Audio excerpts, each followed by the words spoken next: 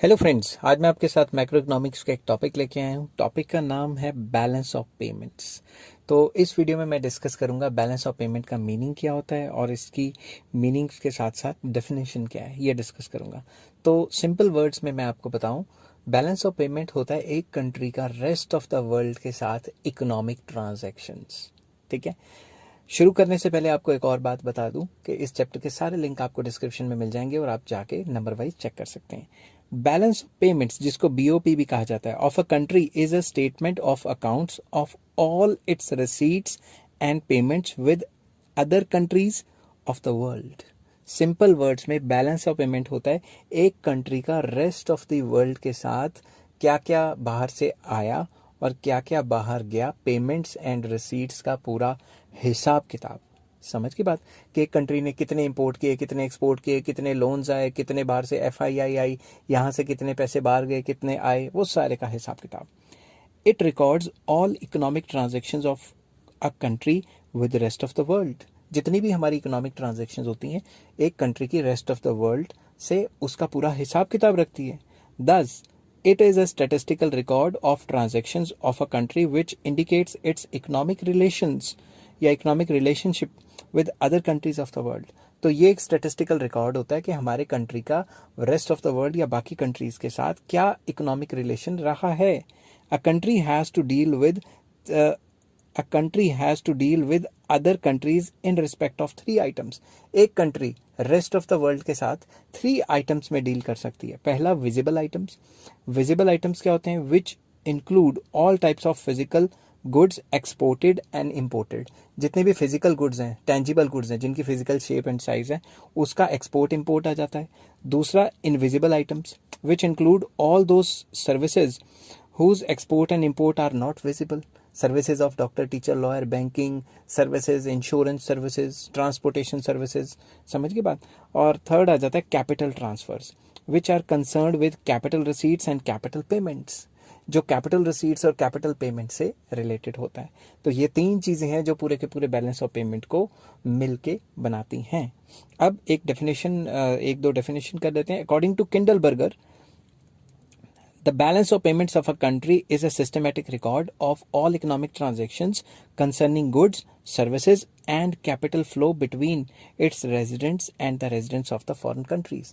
कि एक कंट्री के रेजिडेंट्स बाकी कंट्री के रेजिडेंट्स के साथ क्या गुड्स, क्या सर्विसेज और कितना कैपिटल का जो फ्लो है एक कंट्री से दूसरे कंट्री होगा, उस सब का हिसाब किताब लगाएं तो उसे बैलेंस ऑफ पेमेंट्स कहते हैं। According to Benham, balance of payments of a country is a record of the monetary transactions over a period with the rest of the world।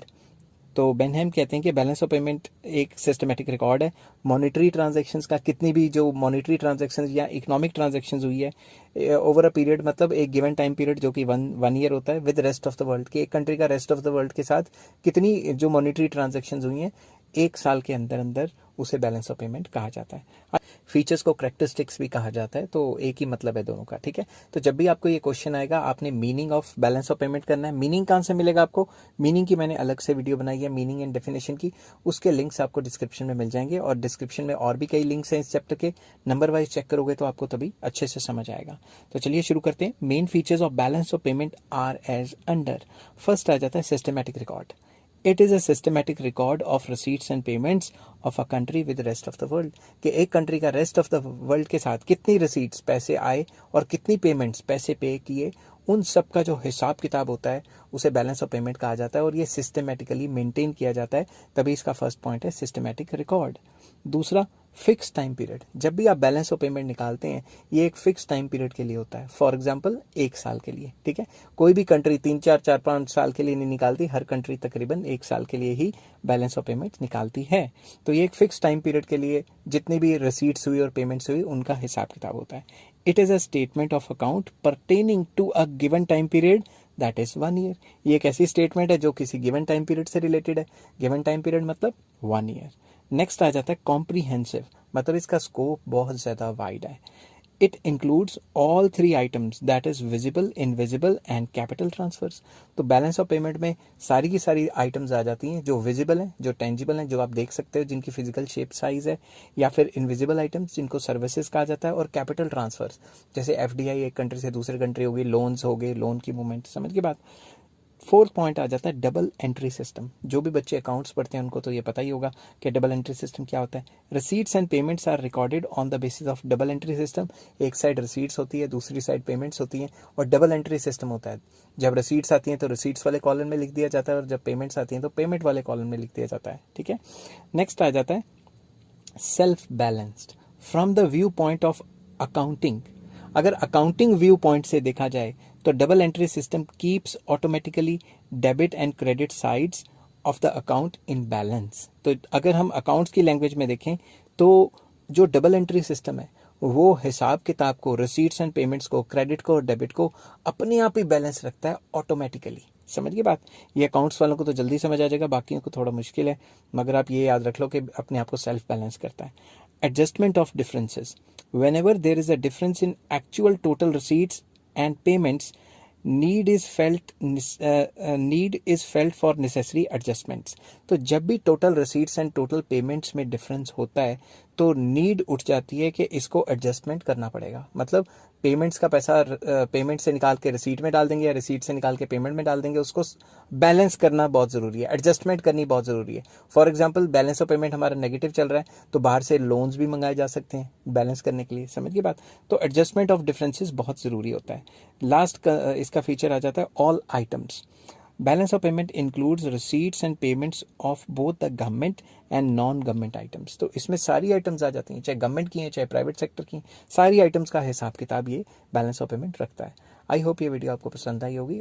Hello friends, आज मैं आपके साथ मैक्रो इकोनॉमिक्स का topic लेके आया हूँ। चैप्टर का नाम है बैलेंस ऑफ पेमेंट और टॉपिक का नाम है बैलेंस ऑफ ट्रेड, जिसको BOT भी कहा जाता है। तो चलिए विदाउट वेस्टिंग एनी टाइम शुरू करते हैं। मगर शुरू करने से पहले बता दूं कि इस चैप्टर के सारे लिंक डिस्क्रिप्शन में मिल जाएंगे। अगर आप नंबर वाइज देखेंगे तो आपको कहीं और जाना ही नहीं पड़ेगा। Balance of trade refers to the balance of differences between the value of total imports and exports of visible material goods. Simple words में बैलेंस ऑफ ट्रेड होता है export and import of visible goods only. Visible goods मतलब tangible goods जिनकी physical shape and size होती है। तो अगर हम सिर्फ विजिबल गुड्स के एक्सपोर्ट और इंपोर्ट का हिसाब किताब बनाएं तो उसे बैलेंस ऑफ ट्रेड कहा जाता है। तो बैलेंस ऑफ ट्रेड का फॉर्मूला हो गया export of visible goods minus import of visible goods.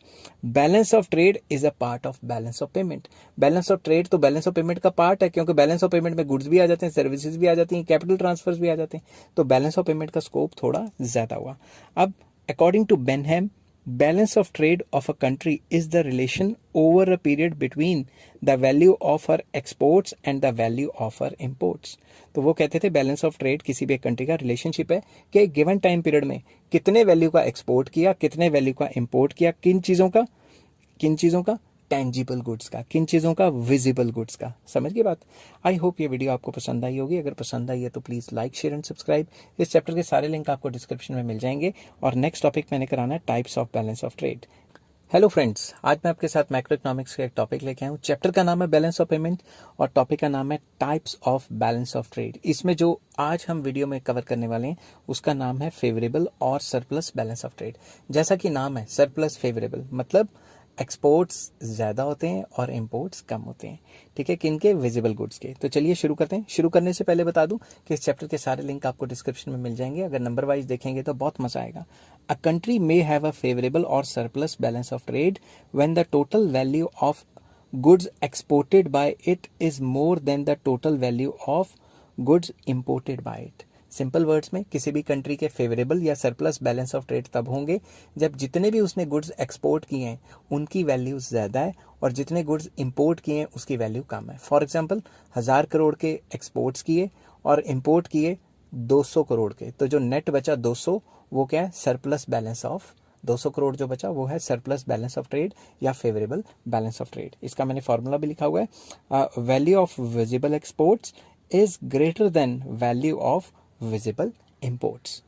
Hello friends, आज मैं आपके साथ मैक्रो इकोनॉमिक्स का एक टॉपिक लेके आया हूँ। चैप्टर का नाम है बैलेंस ऑफ पेमेंट और टॉपिक का नाम है डेफिसिट और अनफेवरेबल बैलेंस ऑफ ट्रेड। कि अनफेवरेबल बैलेंस ऑफ ट्रेड या डेफिसिट बैलेंस ऑफ ट्रेड क्या होता है। चलिए शुरू करते हैं। शुरू करने से पहले बता दूं कि इस चैप्टर के सारे लिंक डिस्क्रिप्शन में मिल जाएंगे। अगर आप नंबर वाइज देखेंगे तो आपको बहुत मजा आएगा और अच्छे से समझ भी आएगा। A country may have unfavourable और deficit balance of trade when the total value of goods imported by it is more than the value of goods exported by it। Simple words में, हमने 1000 करोड़ का माल बाहर बेचा, एक्सपोर्ट किया, मगर बाहर से 1500 करोड़ का 1500 करोड़ का माल इंपोर्ट किया, तो हम लॉस पे चले गए ना। 500 का डेफिसिट हो गया, घाटा हो गया हमें, तो उसे हम अनफेवरेबल बैलेंस ऑफ ट्रेड कहते हैं या फिर डेफिसिट बैलेंस ऑफ ट्रेड कहते हैं। तो इसको हम ऐसे भी लिख सकते हैं, value of visible exports is less then value of visible imports. I hope ये वीडियो आपको पसंद आई होगी। अगर पसंद आई है तो please like, share and subscribe. Hello friends, आज मैं आपके साथ मैक्रो इकोनॉमिक्स का एक टॉपिक लेके आया हूँ। चैप्टर का नाम है बैलेंस ऑफ पेमेंट, टॉपिक का नाम है equilibrium in balance of trade. तो चलिए विदाउट वेस्टिंग एनी टाइम शुरू करते हैं। शुरू करने से पहले बता दूं कि इस चैप्टर के सारे लिंक आपको डिस्क्रिप्शन में मिल जाएंगे। अगर आप नंबर वाइज देखेंगे तो बहुत अच्छे से समझ आने वाला है आपको सारा का सारा chapter. A country may have equilibrium in the balance of trade when the total value of goods exported by it is equal to the total value of goods imported by it। बहुत आसान है।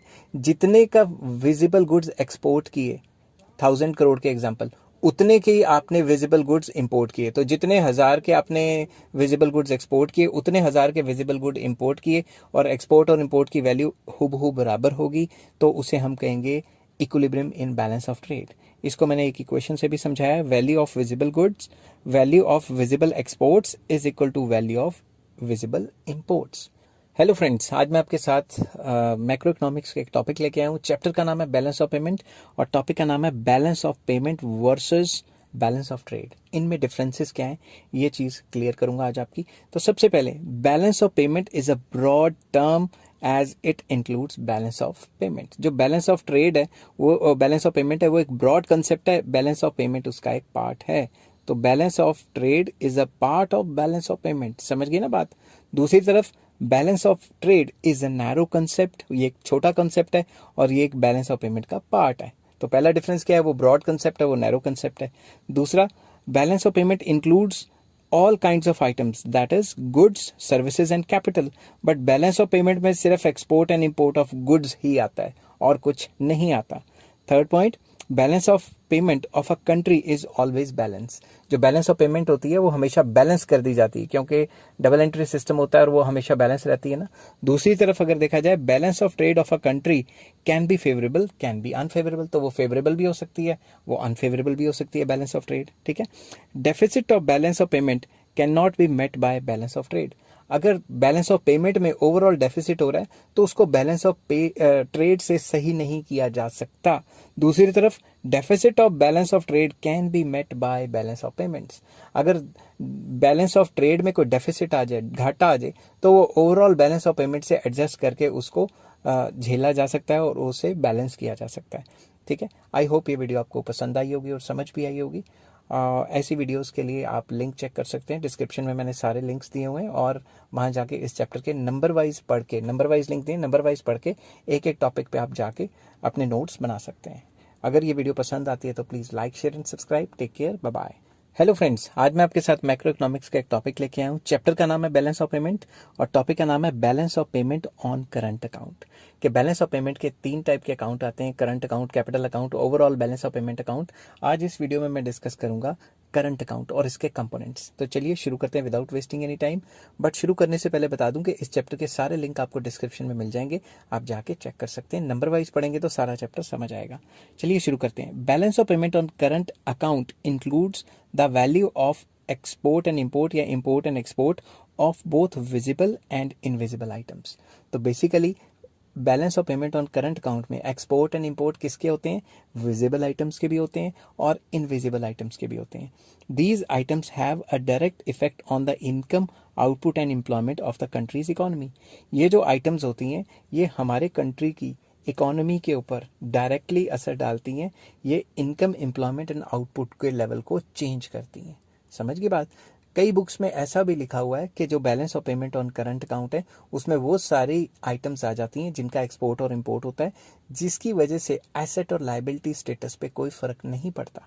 समझ की बात, कई books में ऐसे भी लिखा हुआ है। तो आप इन सब को मिक्स करके अपनी एक मीनिंगफुल डेफिनेशन बना सकते हो, जिसमें क्या कहते हैं, 3-4 नहीं 4-5 लाइनें थोड़ी हो जाएंगी, आपके पेपर में लिखी होंगी तो बहुत अच्छा रहेगा। ठीक है, अब balance of payment on current account का फॉर्मूला क्या है? Visible plus invisible exports minus visible plus invisible imports. तो उसमें एक्सपोर्ट्स और इंपोर्ट्स दोनों आते हैं, किसके? विजिबल एंड इनविजिबल आइटम्स के। समझ गए बात? Balance of payment on current account may be both balanced और अनबैलेंस्ड। अनबैलेंस को हम डेफिसिट और सरप्लस भी कह देते हैं। Disequilibrium of balance of payment on current account is balanced by the capital account. तो सिंपल वर्ड्स में जो बैलेंस ऑफ पेमेंट है करंट अकाउंट के अंदर, वो बैलेंस भी हो सकता है। अगर ये दोनों आइटम्स बराबर होंगी, ये और ये, तो बैलेंस हो जाएगा। ठीक है ना, क्योंकि माइनस करके जीरो आ जाएगा। अगर अनबैलेंस हुआ, उसके अंदर दो सिचुएशंस हो सकती हैं। डेफिसिट मतलब हमें ज्यादा पैसे बाहर देने पड़ गए और बाहर से कम आए, और सरप्लस, जो कि यहाँ पे लिखा हुआ है सरप्लस। सरप्लस तब होता है जब बाहर से ज्यादा पैसे आ जाएं और हमने कम दिए। समझ गई बात? तो balance of payment on current account में अगर हमें घाटा हो जाता है, लॉस आ जाता है, तो इसको हम ओवरकम कर सकते हैं कैपिटल अकाउंट से। समझ गई बात? Balance of payment on capital account से इसको हम ओवर शेडो कर सकते हैं, ओवरथ्रो कर सकते हैं बैलेंस बनाने के लिए। समझ गई बात? अब मैं आगे आपके साथ डिस्कस करूंगा components of current account. Current account में कौन कौन सी चीजें आ जाती हैं? फर्स्ट आ जाती है export and import of visible goods. कि विजिबल गुड्स का एक्सपोर्ट मतलब उनको बाहर बेचना और बाहर से खरीदना इंपोर्ट। तो विजिबल गुड्स जितने भी हैं उनका एक्सपोर्ट एंड इंपोर्ट जो है balance of payment on current account का एक इंपॉर्टेंट हिस्सा है। Balance of payment on current account includes the exports and imports of all visible goods. Visible goods को मटेरियल गुड्स भी कहा जाता है, टेंजिबल गुड्स भी कहा जाता है। समझ की बात? नेक्स्ट आ जाता है इनविजिबल आइटम्स। इनविजिबल आइटम्स मतलब non material goods, intangible goods, services. समझ की बात? Import and export of invisible goods, that is different types of services are also included in the current account। तो balance of payment on current account में जो export और import हो रहा है वेरियस टाइप्स ऑफ सर्विसेज का, जो मैंने नीचे लिखी हुई है, इनका भी एक्सपोर्ट और इंपोर्ट इसके अंदर एक इंपॉर्टेंट रोल प्ले करता है। किसके अंदर? Balance of payment on current account के अंदर। Main invisible items are, main items मैंने लिखी हैं, बहुत ज्यादा होती हैं, जो जो आपके पेपर के हिसाब से हैं वो मैंने लिखी हुई है। पहला आ जाता है services rendered by commercial undertakings. Commercial undertakings like shipping companies, insurance companies, banks, etc., belonging to different countries exchange their services. Exchange of such services is included in the current account. तो ये जो services of banking, shipping corporation, insurance etcetera etcetera, ये सारे type की जो commercial services हैं, इनका लेना और देना मतलब इनका एक्सपोर्ट एंड इंपोर्ट, ये भी balance of payment on current account का एक इंपॉर्टेंट हिस्सा है। समझ की बात? नेक्स्ट आ जाता है सर्विसेज ऑफ एक्सपर्ट्स। कौन से experts? Every country avails the services of foreign experts like doctors, engineers etcetera, and also offer services of its experts to other countries. हर एक कंट्री बाहर से एक्सपर्ट्स की सर्विसेज लेती है और जो उसके पास एक्सपर्ट्स होते हैं उनकी सर्विसेज बाहर प्रोवाइड कराती है। These services received from abroad are imports and services rendered to foreign countries are exports. अगर यहाँ से कोई एक्सपर्ट बंदा बाहर जाता है अपनी सर्विस देने, तो वो सर्विसेज का एक्सपोर्ट हो गया ना, बाहर से डॉलर लेके आएगा। ठीक है, और अगर बाहर से हम किसी की सर्विस लेते हैं तो वो इंपोर्ट माना जाएगा, क्योंकि जो बाहर से हमें सर्विस देने आएगा वो पैसे लेके जाएगा, तो पैसा आउटफ्लो हो जाएगा। समझ गई बात? तो वो पेमेंट्स में आ जाएगा। नेक्स्ट थर्ड पॉइंट आ जाता है ट्रैवलिंग्स। ट्रैवलिंग्स में be related to business, education, health, conventions और प्लेजर ट्रिप्स। ट्रैवलिंग जैसी मर्जी हो, ट्रैवलिंग भी एक बैलेंस ऑफ पेमेंट का हिस्सा है। Travellings of a country constitute exports while travelling from a country constitutes import. अगर आप किसी कंट्री में ट्रैवल करने जा रहे हो तो पैसे तो आउटफ्लो हो रहे हैं ना, हमारे जो पैसे आउटफ्लो हो रहे हैं हमारे कंट्री में, तो वो तो एक टाइप का वो माना जाएगा ना कि हमने पेमेंट कर दी। और जब हमारे कंट्री में कोई फॉरेनर्स आ रहे हैं टूर एंड ट्रैवल करने के लिए या किसी भी वजह के लिए बाहर से आ रहे हैं ना, तो वो यहाँ पैसा खर्चेंगे, तो वो कहाँ पे इंक्लूड होगी? वो होगी रिसीट्स में। समझ की बात? नेक्स्ट आ जाता है ट्रांसपोर्टेशन। ट्रांसपोर्टेशन में क्या है? Movement of goods from one country to another country is another invisible item included in balance of payment on current account. तो balance of payment on current account में जो ट्रांसपोर्टेशन है या शिपिंग है, ये भी एक इंपॉर्टेंट रोल प्ले करता है। Use of domestic transport by foreigners are considered as exports. अगर कोई भी फॉरेनर बाहर से आएगा और यहाँ का डोमेस्टिक ट्रांसपोर्ट की फैसिलिटी को अवेल करेगा, तो बाहर से पैसे यहाँ पे आएंगे ना, तो वो एक टाइप का एक्सपोर्ट आइटम या रसीट आइटम मानी जाएगी। वाइल यूज ऑफ, दूसरी तरफ चलें, while use of foreign transport by residents are considered as imports. अगर यहाँ को कोई बंदा बाहर की ट्रांसपोर्टेशन या शिपिंग की सर्विस लेता है, तो पैसे तो बाहर चले जाएंगे ना, तो उसको एक टाइप का इंपोर्ट या फिर उसको एक टाइप का पेमेंट की आइटम मानी जाएगी। नेक्स्ट आ जाता है investment income. Interest, rent, dividend and profit also form an invisible item of balance of payment on current account. अगर हम देखें तो रेंट, इंटरेस्ट, डिविडेंड, प्रॉफिट, ये सारी चीज़ें balance of payment on current account की एक इनविजिबल फॉर्म का हिस्सा है। When a country gets income from its investment abroad, it is considered as receipts, and when foreign investors earn income from our country, then it is recorded as payment. तो इसमें simple बताया हुआ है कि अगर हमारा बंदा कोई बाहर जाके इन्वेस्ट करेगा और इस टाइप की इनकम कमा के अपने घर में लेके आएगा, तो उसे रसीट्स में गिना जाएगा। और अगर हम क्या कहते हैं, अगर कोई बाहर से बंदा यहाँ पे आएगा और यहाँ इन्वेस्टमेंट इनकम को कमा के बाहर लेके जाएगा, तो उसे पेमेंट्स पे माना जाएगा। समझ की बात। नेक्स्ट आ जाता है गवर्नमेंट ट्रांजैक्शंस। गवर्नमेंट ट्रांजैक्शंस के अंदर each government establishes its embassies, officials of high commissioners, offices of high commissioners and other missions abroad and spends there on their maintenance. तो हर एक गवर्नमेंट एम्बेसीज मेंटेन करती है, हाई कमिश्नर्स के जो offices हैं वो मेंटेन करती है, और भी कई जो ऑपरेशंस कंडक्ट कराती है। Such expenditure is treated as payment and vice versa. तो अगर हम किसी और कंट्री में जाके ऐसे ऑपरेशंस कर रहे हैं, तो हमें तो पे करना है, तो वो पेमेंट्स में आ जाएंगे, और अगर कोई और हमारी कंट्री में आके कर रहा है फॉरनर्स, तो वो रिसीट्स में आ जाएंगे। नेक्स्ट आ जाता है गिफ्ट्स एंड डोनेशंस या donations and gifts. Donations and gifts received from abroad are included under receipts, and if donations and gifts are given to other countries, then these are included in the payments, under the payments। Simple words में अगर बाहर से gifts and grants आते हैं, gifts आते हैं, आपका कोई फॉरेनर फ्रेंड है, उसने आपको भेज दिया या कुछ, तो वो किस में आ जाएगा, रसीट में आ जाएगा, ठीक है ना। और अगर आप किसी को गिफ्ट एंड ग्रांट दे रहे हो, कुछ पे कर रहे हो, तो वो पेमेंट में आ जाएगा।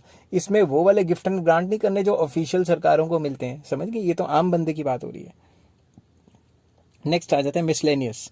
These include such invisible items as commissions, payments for advertisement, ठीक है, एडवर्टाइजमेंट के लिए जो पैसे आ गए, patent fees, royalties, membership fees etcetera. अगर ये हमारे कंट्री में आती हैं ये सारी, तो रिसीट्स में आएंगी। अगर ये हम किसी को पे करते हैं, तो पेमेंट में आएंगी। The amount received from abroad on this count constitutes credit item, क्योंकि हमने रिसीव की है। Amount paid to other countries in this respect constitutes a debit item, या फिर वो तो पेमेंट होगी ना हमारी, समझ की बात, हमने तो पेमेंट कर दी, वो डेबिट हो गया अकाउंट से।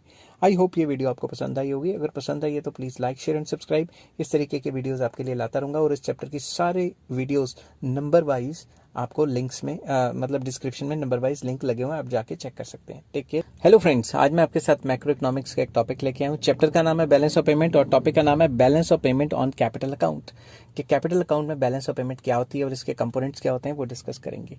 चलिए शुरू करते हैं। Capital account is that account which records all the transactions या all such transactions between residents of a country and rest of the world which causes a change in the asset और liability status of the residents of a country और its government. तो basically capital account में वो सारी transactions आ जाती हैं एक country की रेस्ट ऑफ द वर्ल्ड के साथ, जिससे कंट्री में जो गवर्नमेंट है उसकी या रेजिडेंट्स की एसेट और लायबिलिटी के स्टेटस में फ़र्क आता है। या तो एसेट बढ़ जाते हैं या कम हो जाते हैं, या लायबिलिटी कम हो जाती है या ज़्यादा हो जाती है। एसेट लायबिलिटी में चेंजेस आते हैं, वो सारे कंपोनेंट्स, ठीक है। कौन कौन से कंपोनेंट्स हैं वो डिस्कस करूंगा आपके साथ नंबर वाइज। तो सबसे पहले कंपोनेंट्स और items of capital account. Capital account के कंपोनेंट्स क्या हैं और आइटम्स क्या हैं वो डिटेल में डिस्कस करेंगे। डिस्कस करने से पहले बता दूं कि इस चैप्टर के सारे लिंक आपको डिस्क्रिप्शन में मिल जाएंगे। अगर आप नंबर वाइज देखते हैं तो आपको अच्छे तरीके से समझ भी आएगा, और पॉज करके आप नोट्स भी बना सकते हैं। तो सबसे पहला आ जाता है प्राइवेट फॉरेन लोन फ्लो।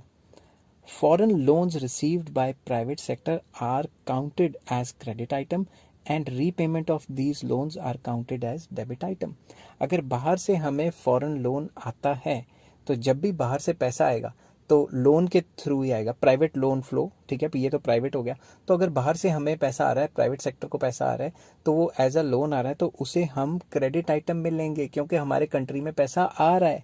और अगर हम रीपे कर रहे हैं, वापस कर रहे हैं वो लोन, तो वो डेबिट आइटम में आएगा क्योंकि हमारे कंट्री से पैसा जा रहा है। समझ गई बात? तो जो भी पैसा आए क्रेडिट, जाए डेबिट, ठीक है। नेक्स्ट आ जाता है movement in banking capital. Inflow of banking capital is counted as credit item and outflow as debit item। जो बैंकिंग कैपिटल है, बैंकों की आपस में जो ट्रांजैक्शंस चलती हैं, और भी आरबीआई सेंट्रल बैंक की भी होती हैं, ठीक है, तो इसके ऊपर अलग से वीडियो बनाऊंगा बैंकिंग कैपिटल क्या होती है। तो बैंकिंग कैपिटल के थ्रू जो भी हमारे कंट्री में पैसा आ रहा है वो किस में आएगा? क्रेडिट आइटम में। और जो भी पैसा जा रहा है बाहर हमारे कंट्री से, वो डेबिट आइटम में आएगा। नेक्स्ट आ जाता है official capital transactions. Official capital transactions में क्या आ जाता है? Loans received by public sector from abroad और आईएमएफ मतलब international monetary fund constitutes credit item and loans repaid as debit items. अगर बाहर से हमारी सरकार ने कोई भी लोन लिया इंटरनेशनल इंस्टीट्यूशन से या कंट्री से, तो वो किस में आएगा? जो बाहर से लोन आ रहा है क्रेडिट आइटम, और अगर बाहर जा रहा है लोन्स की रीपेमेंट हो रही है तो उसे क्या कहेंगे? Debit item. Next reserves, monetary gold and SDR. तो जो भी हमारे पास रिजर्व्स पड़े हैं या मॉनेटरी गोल्ड पड़ा है या एसडीआर पड़े हैं, उनके लिए क्या है? Foreign currency assets of the government, जिसको रिजर्व्स कह रहे हैं, gold reserves of the central bank, SDR of IMF and similar capital transactions etc. are included under credit item if these are received from outside, and all kinds of such payments comes under debit। अगर बाहर से कोई reserves में increase, बाहर से पैसा आता है, हमारे रिजर्व्स बढ़ जाते हैं फॉरेन करेंसी के, बाहर से कुछ मूवमेंट ऑफ जो गोल्ड हो रही है, जैसे गोल्ड की मूवमेंट हो रही है, गोल्ड रिजर्व्स बढ़ रहे हैं सेंट्रल बैंक के, समझ गए बात? गोल्ड की मूवमेंट का तो अलग पॉइंट है, मैं कह रहा हूं अगर गोल्ड के रिजर्व्स बढ़ रहे हैं या फिर सेंट्रल बैंक के पास पैसा ज्यादा बढ़ रहा है बाहर से करेंसी आने का, या फिर एसडीआर आ रहे हैं बाहर से, ठीक है ना, स्पेशल ड्राइंग राइट्स आईएमएफ के, या ऐसे ही कोई सिमिलर ट्रांजैक्शंस हैं जो बाहर से पैसा हमारे कंट्री के बीच में आ रहा है, उन सबको क्रेडिट आइटम में डालते हैं। और अगर ये सारी की सारी चीजें हमारे कंट्री से जा रही हैं, ऑफिशियल गोल्ड या फिर ऑफिशियल गोल्ड की बात कर रहा हूँ, ठीक है ना, ऑफिशियल गोल्ड और जिसको मॉनेटरी गोल्ड भी कहा जाता है, और एसडीआर, और जो हमारे रिजर्व्स हैं वो खत्म हो रहे हैं और पैसा बाहर जा रहा है, तो वो सारा का सारा डेबिट आइटम में जाएगा। नेक्स्ट आ जाता है गोल्ड मूवमेंट। ये ध्यान से समझना, वो जो ऊपर मॉनेटरी गोल्ड है उसके साथ कंफ्यूज ना करना। When the central bank of a country buys gold from abroad, it makes payment to foreign sellers, it is reflected under debit item. अगर हमारे कंट्री का सेंट्रल बैंक बाहर वाले किसी से भी गोल्ड खरीदता है, तो गोल्ड हमारे कंट्री में आया मगर वो इनफ्लो नहीं होगा, उसके बदले तो हमने डॉलर दे दिए, मुफ्त में थोड़ा ना मिला हमें गोल्ड, तो इसीलिए ये डेबिट आइटम में आता है। On the other hand when it sells gold to other countries, it is reflected as credit item. अगर हमारा कंट्री किसी भी और कंट्री को गोल्ड सेल करता है, तो गोल्ड चला गया, उसके बदले पैसा तो आ गया ना, तो जो डॉलर इनफ्लो हुए उसे क्या कहेंगे? Credit item. समझ की बात? नेक्स्ट आ जाता है मिसलेनियस। मिसलेनियस में besides the above items all other kinds of governmental capital receipts which also include receipt of central bank are shown on credit side and all kinds of payments are shown on debit side। तो miscellaneous में सरकार के वो सारे capital receipts जो कि हमारे country में अगर आते हैं तो वो हम क्रेडिट आइटम्स की तरह उससे डील करेंगे, और अगर हमारे कंट्री से जाते हैं तो उन्हें हम डेबिट साइड पे डालेंगे या डेबिट आइटम्स की तरह ट्रीट करेंगे। आई होप ये वीडियो आपको पसंद आई होगी। अगर हेलो फ्रेंड्स, आज मैं आपके साथ मैक्रो इकोनॉमिक्स की एक और वीडियो लेके आया हूँ। जो चैप्टर है वो है बैलेंस ऑफ पेमेंट और टॉपिक का नाम है other items of balance of payment. ठीक है, अदर आइटम्स में क्या क्या आ जाता है? It includes all items other than the items of current account and capital account. वो सारी आइटम्स जो ना कैपिटल अकाउंट में आती ना करंट अकाउंट में आती, वो अदर आइटम्स में आ जाती हैं। It includes the following items. तो इसमें कौन कौन सी आइटम आती हैं वो डिस्कस करने से पहले आपको बता दूं कि इस चैप्टर के सारे लिंक आपको डिस्क्रिप्शन में मिल जाएंगे। आप अगर नंबर वाइज देखेंगे तो आपको सारा का सारा चैप्टर बहुत अच्छे से समझ आने वाला है। तो फर्स्ट इसमें आ जाता है errors and omissions. errors and omissions are added largely as balancing items in the balance of payment account. Error और ओमिशंस को ऐड किया जाता है और सब्ट्रैक्ट किया जाता है ताकि बैलेंस ऑफ पेमेंट में बैलेंस बनाया जा सके, इम्बैलेंस को करेक्ट किया जा सके। Owing to a large variety of transactions, क्योंकि ट्रांजैक्शंस बहुत ज़्यादा हैं, it is often not possible to record all of them with 100% accuracy. क्योंकि इतनी ज़्यादा ट्रांजैक्शंस है, सारी की सारी ट्रांजैक्शंस में क्या पता 100% एक्यूरेसी ना आए। Errors and omissions account for inaccuracies in the recording transactions. तो वो जो सारी इनएक्यूरेसीज हैं उनसे डील करने के लिए एरर्स एंड ओमिशंस का एक क्लॉज लेके आए हैं, जिससे हम एरर्स और ओमिशंस डाल के इसको ऑटोमेटिकली बराबर कर सकें। सेकेंड पॉइंट इसमें आ जाता है एरर्स एंड ओमिशंस के बाद ऑफिशियल रिजर्व ट्रांजैक्शंस। इसमें क्या क्या आ जाता है? Official reserve transactions are different from all other transactions in the balance of payment account. ये थोड़ी डिफरेंट रहती है। These are distinct transactions because, ये बाकियों से डिफरेंट क्यों होती है? These transactions are carried out only by the government और the central bank of a country on the behalf of government. ये ट्रांजैक्शन सिर्फ और सिर्फ या तो गवर्नमेंट करती है या गवर्नमेंट का जो बैंक है, जैसे मान लो central bank of a country है, जैसे इंडिया में आरबीआई है, वो करता है गवर्नमेंट के बिहाफ पे। These transactions are undertaken keeping in mind the international economic policies. जो भी ये ट्रांजैक्शंस की जाती हैं ये इंटरनेशनल इकोनॉमिक पॉलिसीज के हिसाब से, रूल्स रेगुलेशंस के हिसाब से की जाती हैं। Consequently official reserve transactions always have an impact on balance of payment status of a country and its exchange rate with the rest of the world। जो भी ये ऑफिशियल रिजर्व ट्रांजैक्शंस हैं इसके होने से जो बैलेंस ऑफ पेमेंट है उस पर काफ़ी असर पड़ता है और फॉरेन एक्सचेंज रेट पे भी असर पड़ता है। It includes the following. इसमें क्या क्या आ जाता है? Number 1, official reserves of the country, country के official reserves. These reserves may be increased or decreased with a view of financing government expenditure abroad। In reserves को या तो इंक्रीज कर दिया जाता है, डिक्रीज कर दिया जाता है, इस हिसाब से चेंज कर दिया जाता है कि सरकार अपने खर्चे को मैनेज कर पाए। सरकार ने बाहर से पेट्रोल या क्रूड ऑयल मंगवाना है या बाहर से कोई ऐसी चीज़ें मंगानी जो हमारे ग्रोथ एंड डेवलपमेंट के लिए ज़रूरी है, तो पैसा कहाँ से आएगा? डॉलर तो चाहिए ना, वो ऑफिशियल रिजर्व से आएगा। Reduction in reserves implies purchase of foreign exchange while increase in foreign reserves implies sale of foreign exchange। अब जो गवर्नमेंट के पास खजाना पड़ा है, गवर्नमेंट के पास जो अपना पैसा पड़ा है, अगर उस रिजर्व्स से हम फॉरेन करेंसी खरीदते हैं, मैं दोबारा पढ़ता हूँ, रिडक्शन इन रिजर्व्स, अगर हमारे रिजर्व्स कम हो रहे हैं, employees purchase of foreign exchange. अब अगर हमारे रिजर्व्स जो इंडियन करेंसी के रिजर्व्स हैं वो कम हो रहे हैं, और इसका मतलब क्या है कि हम फॉरेन करेंसी खरीद रहे हैं, while increase in the reserves, अगर हमारे रिजर्व्स बढ़ रहे हैं तो इसका मतलब ये कि हम डॉलर को बेच के इंडियन करेंसी को खरीद रहे हैं। By changing the official reserves the government is changing it's supply and demand status of foreign exchange.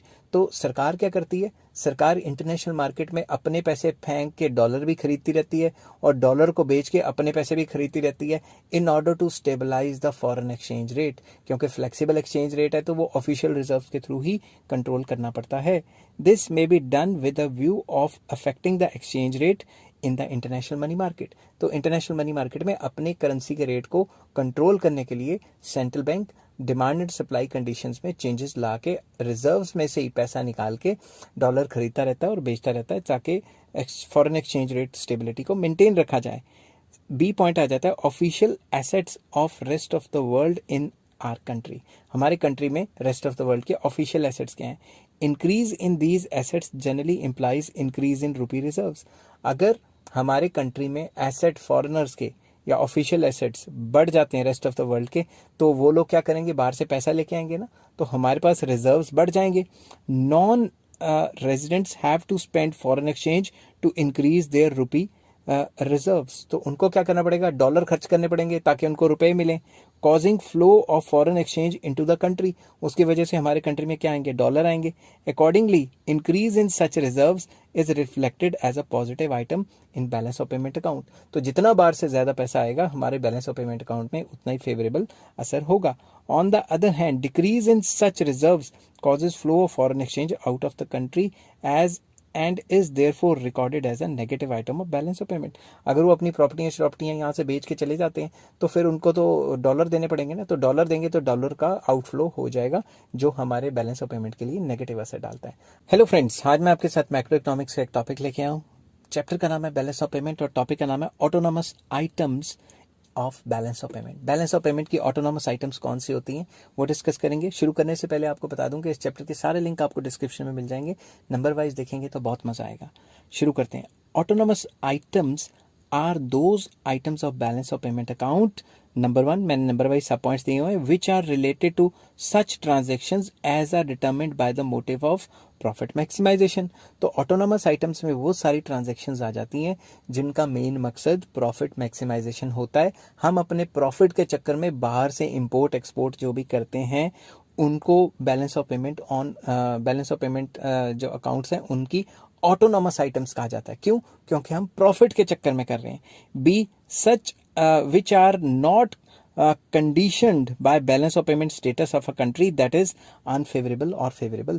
तो जो भी ये आइटम्स हम बाहर से मंगाते हैं या बेचते हैं वो हम अपने प्रॉफिट के लिए कर रहे हैं और इनमें ये लिखा नहीं हुआ होता कि इनकी वजह से अनफेवरेबल रहेगा बैलेंस ऑफ पेमेंट या फेवरेबल रहेगा। फेवरेबल भी हो सकता है, अनफेवरेबल भी हो सकता है। Which are not meant to establish balance of payment identity. इसकी वजह से बैलेंस ऑफ पेमेंट में आइडेंटिटी मतलब इक्वालिटी कभी आती नहीं, बल्कि इसकी वजह से तो इम्बैलेंस होता है। समझ गए ना बात? तो सिंपल वर्ड्स में autonomous items in balance of payment accounts are often refer to as above the line items. Above the line क्यों? क्योंकि इनमें बॉर्डर क्रॉस होता है। समझ गए बात? बॉर्डर क्रॉस होता है। खरीदना बेचना ऑफ विजिबल आइटम्स होते हैं। समझ गए? तो बेसिकली अगर इसको कंक्लूड करना है तो हम ये कह सकते हैं कि basically it includes all such items जो कि प्रॉफिट मोटिव के लिए की जाती हैं और इनमें क्रॉस बॉर्डर मूवमेंट होती है और इनकी वजह से बैलेंस ऑफ पेमेंट खराब होता है। हेलो फ्रेंड्स, आज मैं आपके साथ लेके आया हूँ मैक्रो इकोनॉमिक्स का एक और टॉपिक। चैप्टर का नाम है बैलेंस ऑफ पेमेंट, टॉपिक का नाम है accommodating items of balance of payments. Balance of payment में अकोमोडेटिंग आइटम्स कौन सी होती हैं? वैसे ऑटोनॉमस आइटम्स के एकदम उल्टी होती हैं। शुरू करने से पहले बता दूं कि इस चैप्टर के सारे लिंक आपको डिस्क्रिप्शन में मिल जाएंगे, नंबर वाइज चेक करेंगे तो बहुत अच्छे से पढ़ने में मजा भी आएगा। Accommodating items are those items of balance of payment account which are not related to such transactions as are determined by the motive of profit maximization. तो पहली बात, ये अकोमोडेटिंग आइटम्स वो आइटम्स हैं, जैसा कि नाम है अकोमोडेटिंग, अकोमोडेट करती हैं, ये प्रॉफिट के चक्कर में नहीं की होती। तो ये आइटम्स की जो ट्रांजेक्शन रहती है वो प्रॉफिट के चक्कर में नहीं होती। ठीक है। दूसरी बात, which are conditioned by the positive और negative balance of payment status of a country. इसमें क्या होता है? इसमें कंडीशनड होती हैं ये। बेसिकली इनकी वजह से बैलेंस ऑफ पेमेंट जो है वो सही हो पाता है। समझ की बात? वो जो ऑटोनॉमस आइटम है उनकी वजह से तो इम्बैलेंस होता है। समझ की बात? Which are meant to establish balance of payment identity. इसी की वजह से बैलेंस ऑफ पेमेंट की बैलेंस आइडेंटिटी आ पाती है, नहीं तो अनबैलेंस ही रह जाए। समझ की बात? तो इसमें क्या होता है? Accommodating items in balance of payment account या balance of payment accounts are often refer to as below the line items. Below the line क्यों? अबव द लाइन क्यों नहीं? क्योंकि ऑटोनॉमस आइटम्स में क्रॉस बॉर्डर मूवमेंट होती है, इसमें cross border movement नहीं होती। ये तो बेसिकली स्पेशली वो आइटम्स होती हैं जिनकी वजह से बैलेंस ऑफ पेमेंट में दोबारा से बैलेंस लाया जाता है, बल्कि ऑटोनॉमस आइटम तो इम्बैलेंस करने के लिए मशहूर है और ये बैलेंस करने के लिए मशहूर है। हेलो फ्रेंड्स, आज मैं आपके साथ मैक्रो इकोनॉमिक्स का एक और टॉपिक लेके आया हूँ। चैप्टर का नाम है बैलेंस ऑफ पेमेंट, टॉपिक का नाम है balance of payments always balances. जो बैलेंस ऑफ पेमेंट होता है वो अपने आप को खुद ब खुद बैलेंस करता है। तो चलिए, बहुत इंपॉर्टेंट टॉपिक है, मजेदार टॉपिक है, शुरू करते हैं। शुरू करने से पहले बता दूं कि इस चैप्टर के सारे लिंक आपको डिस्क्रिप्शन में मिल जाएंगे, नंबर वाइज पढ़ेंगे तो मजा ही अलग आएगा। नेक्स्ट शुरू करते हैं। Balance of payments of a country always balances. जो बैलेंस ऑफ पेमेंट है वो हमेशा अपने आप को बैलेंस करता है। It is because under double entry system receipts and payments are always equal. तो डबल एंट्री सिस्टम का इस्तेमाल किया जाता है और डबल एंट्री सिस्टम के अंडर रिसीट्स एंड पेमेंट्स को इक्वल रखा जाता है। This topic can be further described under 2 headings. इसको हम 2 हेडिंग्स से लेंगे। सबसे पहला, balance of payment in accounting sense. In accounting sense balance of payment of a country always balances. Accounting में देखा जाए तो इसको बैलेंस किया जाता है because accounts are prepared on the basis of double entry system. क्योंकि अकाउंट्स बैलेंस ऑफ पेमेंट के डबल एंट्री सिस्टम के ऊपर होते हैं। Under this system receipts side is always equal to payment side, जिसमें रिसीट्स और पेमेंट साइड को दोनों को एक दूसरे के बराबर रखा जाता है। दस from this point of view balance of payment always balances, कि भाई डबल एंट्री सिस्टम होता है, रिसीट्स पेमेंट्स को बराबर रखना होता है। इस व्यू पॉइंट से अकाउंटिंग सेंस में देखें तो वो बराबर होता है। दूसरा, बीओपी या balance of payment in operational sense. Operational sense में ये क्या होता है? From practical point of view it is not necessary that balance of payment में ऑलवेज बी बैलेंस्ड। तो प्रैक्टिकल पॉइंट ऑफ व्यू से देखें तो बैलेंस ऑफ पेमेंट ज़रूरी थोड़ी ना कि बैलेंस होगा। इंडिया में तो आपको पता ही है, होता है नहीं होता, ये मैं आपके ऊपर छोड़ता हूँ, वैसे नहीं होता। It may turn out to be unbalance, ज़्यादातर अनबैलेंस ही रहता है, हमेशा अनबैलेंस ही रहा है जब से आज़ादी हुई है। In the operational sense balance of payment is always economic balance. तो अगर हम ऑपरेशनल सेंस में देखें, balance of payment is also called economic balance, ठीक है। अगर हम इसको ऑपरेशनल सेंस में दूसरा नाम दें तो इसको इकोनॉमिक बैलेंस भी कहा जाता है बैलेंस ऑफ पेमेंट को। When current account is in deficit और surplus then the account is restored with the help of capital account and vice versa। तो इसमें अकाउंटिंग सेंस में कहा गया था कि भाई डबल एंट्री सिस्टम होता है इसलिए बैलेंस होता है। तो ये वाला जो ऑपरेशनल सेंस है इसमें ये कहा गया कि अगर दोनों में से, रिसीट्स या पेमेंट्स में से किसी में भी फालतू आ जाए, मतलब सरप्लस हो जाए, और दूसरे में डेफिसिट हो जाए, तो जिससे सरप्लस होता है उसमें से जो है उसमें में से कुछ आइटम्स निकाल के हम दूसरे वाले में डालते हैं ताकि ओवरऑल बैलेंस हो जाए। मतलब अगर करंट अकाउंट में हमें नुकसान हो रहा है तो कैपिटल में जो सरप्लस है वो उठा के डाल देंगे, और अगर कैपिटल अकाउंट में नुकसान हो रहा है और करंट में फ़ायदा हो रहा है तो उधर से उठा के उधर डाल देंगे पैसे ताकि बराबर हो जाए। In this way, balance of payment is balanced through transfers between current account and capital account। इस वजह से हम इसको बैलेंस ऑफ पेमेंट कहते हैं कि हमेशा बैलेंस ही रहता है, अकाउंटिंग सेंस में भी और ऑपरेशनल सेंस में भी। हेलो फ्रेंड्स, आज मैं आपके साथ मैक्रो इकोनॉमिक्स का एक और टॉपिक लेके आया हूँ। चैप्टर का नाम है बैलेंस ऑफ पेमेंट और टॉपिक का नाम है बैलेंस्ड बैलेंस ऑफ पेमेंट्स। तो बैलेंस्ड बैलेंस ऑफ पेमेंट एक ऐसी सिचुएशन है जिसमें रिसीट्स एंड पेमेंट्स आपस में बराबर होती हैं, ठीक है ना। इस टॉपिक को और फर्दर शुरू करने से पहले मैं आपको बता दूं कि इस चैप्टर के सारे लिंक आपको डिस्क्रिप्शन में मिल जाएंगे। नंबर वाइज चेक करेंगे तो बहुत मजा आएगा और कहीं और जाना नहीं पड़ेगा। When total receipts of a country are equal to total payments, then its balance of payment is balanced। तो जितना पेमेंट्स हमने किए हैं बाहर और जितनी रिसीट्स हमें आई हैं, अगर वो हूबहू बराबर हैं तो बैलेंस ऑफ पेमेंट को इक्विलिब्रियम भी कहा जाता है और बैलेंस ऑफ पेमेंट को बैलेंस्ड भी कहा जाता है। तो balanced balance of payment is equal to receipt minus payment is equal to zero. तो आंसर जीरो तभी आएगा ना जब रिसीट्स और पेमेंट्स बराबर होंगी। This situation is also called equilibrium in balance of payment. इस सिचुएशन को ये भी कहा जाता है कि बैलेंस ऑफ पेमेंट में इक्विलिब्रियम है। आई होप ये वीडियो आपको पसंद आई होगी। हेलो फ्रेंड्स, आज मैं आपके साथ मैक्रो इकोनॉमिक्स का एक और टॉपिक लेके आया हूँ। चैप्टर का नाम है बैलेंस ऑफ पेमेंट और टॉपिक का नाम है disequilibrium in balance of payments. Balance of payment में डिसइक्विलिब्रियम कब होती है, ये शुरू करने से पहले आपको बता दूं कि इस चैप्टर के सारे लिंक आपको डिस्क्रिप्शन में मिल जाएंगे। आप जाके नंबर वाइज देख सकते हैं और नंबर वाइज देखेंगे तभी आपको अच्छे से समझ आने वाला है। चलिए शुरू करते हैं। Disequilibrium in balance of payment occurs when receipts are not equal to payments. तो जितनी भी कंट्री की टोटल रिसीट्स हैं और टोटल पेमेंट्स हैं, अगर वो आपस में बराबर ना हो तो हमेशा डिसइक्विलिब्रियम होता है बैलेंस ऑफ पेमेंट में। और ये जो डिसइक्विलिब्रियम है ये दो टाइप का होता है। Disequilibrium can be of two types. पहला फेवरेबल बैलेंस ऑफ पेमेंट, दूसरा unfavourable balance of payment. Favourable में क्या होता है, रिसीट्स ज़्यादा हैं और टोटल पेमेंट्स कम है तो हमें फ़ायदा हो गया ना, बाहर से पैसा ज़्यादा आया और यहाँ से बाहर कम गया तो वो क्या हुआ, फेवरेबल बैलेंस ऑफ पेमेंट। दूसरी तरफ अनफेवरेबल बैलेंस ऑफ पेमेंट में क्या हुआ कि हमें नुकसान हो गया, डेफिसिट हो गया, लॉस हो गया, रिसीट्स कम आई और पे ज़्यादा करना पड़ गया बाहर। हेलो फ्रेंड्स, आज मैं आपके साथ मैक्रो इकोनॉमिक्स का एक और टॉपिक लेके आया हूँ। चैप्टर का नाम है बैलेंस ऑफ पेमेंट और टॉपिक का नाम है फेवरेबल बैलेंस ऑफ पेमेंट्स। तो फेवरेबल बैलेंस ऑफ पेमेंट क्या होता है, इसको शुरू करने से पहले बता दूं कि इस चैप्टर के सारे लिंक आपको डिस्क्रिप्शन में मिल जाएंगे। अगर आप नंबर वाइज चेक करेंगे तो सारे के सारे नंबर वाइज पढ़ने से आपको एक एक टॉपिक क्लियर हो जाएगा। चलिए शुरू करते हैं। It is a situation when receipts are more than payments. अगर किसी भी एक कंट्री में टोटल रिसीट्स ज़्यादा हो, बाहर से पैसा ज़्यादा आया और यहाँ से जब बाहर गया तो कम गया, उसे हम फेवरेबल बैलेंस ऑफ पेमेंट कहते हैं। तो रिसीट्स क्या हैं, रिसीट्स हैं ज़्यादा और पेमेंट्स हैं कम। इसको इस तरीके से भी लिख सकते हैं कि favourable balance of payment is equal to receipt minus payment is greater than zero. मतलब जो भी आंसर आएगा पॉजिटिव में आएगा और जीरो से ज़्यादा आएगा। हेलो फ्रेंड्स, आज मैं आपके साथ मैक्रो इकोनॉमिक्स का एक और टॉपिक लेके आया हूँ। चैप्टर का नाम है बैलेंस ऑफ पेमेंट और टॉपिक का नाम है अनफेवरेबल बैलेंस ऑफ पेमेंट। ये टॉपिक शुरू करने से पहले आपको बता दूं कि इस चैप्टर के सारे लिंक आपको डिस्क्रिप्शन में मिल जाएंगे। डिस्क्रिप्शन अच्छे से पढ़ें और नंबर वाइज चेक करके वीडियोस को नंबर वाइज पढ़ें। चलिए शुरू करते हैं।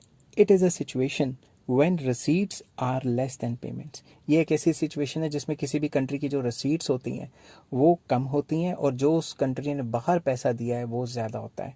तो receipts are less than payments, इसीलिए बैलेंस ऑफ पेमेंट डेफिसिट में चले जाता है, लॉस में चले जाता है या अनफेवरेबल हो जाता है।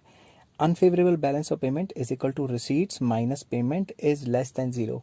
क्यों? नेगेटिव आएगा आंसर, क्योंकि रिसीट्स कम है और पेमेंट ज़्यादा है। तो ये एक ऐसी सिचुएशन है जिसमें हमने बाहर ज़्यादा पैसा दे दिया और बाहर से कम पैसा आया। हेलो फ्रेंड्स, आज मैं आपके साथ मैक्रो इकोनॉमिक्स का एक छोटा सा टॉपिक लेके आया हूँ। चैप्टर का नाम है बैलेंस ऑफ पेमेंट और टॉपिक का नाम है secular disequilibrium in the balance of payment. ये टॉपिक शुरू कराने से पहले मैं आपको बता दूं कि इस चैप्टर के सारे लिंक आपको डिस्क्रिप्शन में मिल जाएंगे।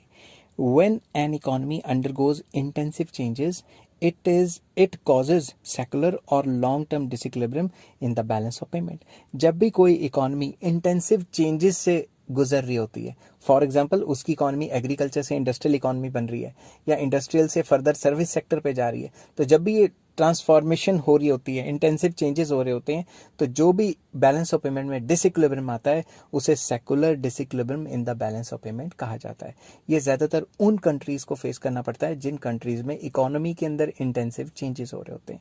हेलो फ्रेंड्स, आज मैं आपके साथ मैक्रो इकोनॉमिक्स का एक टॉपिक लेके आया हूँ। चैप्टर का नाम है बैलेंस ऑफ पेमेंट और टॉपिक का नाम है causes of disequilibrium in balance of payment. Balance of payment में डिसइक्विलिब्रियम की क्या वजह है, क्या कॉजेज हैं, वो डिस्कस करेंगे। शुरू करने से पहले बता दूं कि इस चैप्टर के सारे लिंक आपको डिस्क्रिप्शन में मिल जाएंगे, आप जाके नंबर वाइज चेक कर सकते हैं। तो सबसे पहला आ जाता है major causes of disequilibrium in balance of payment are as under.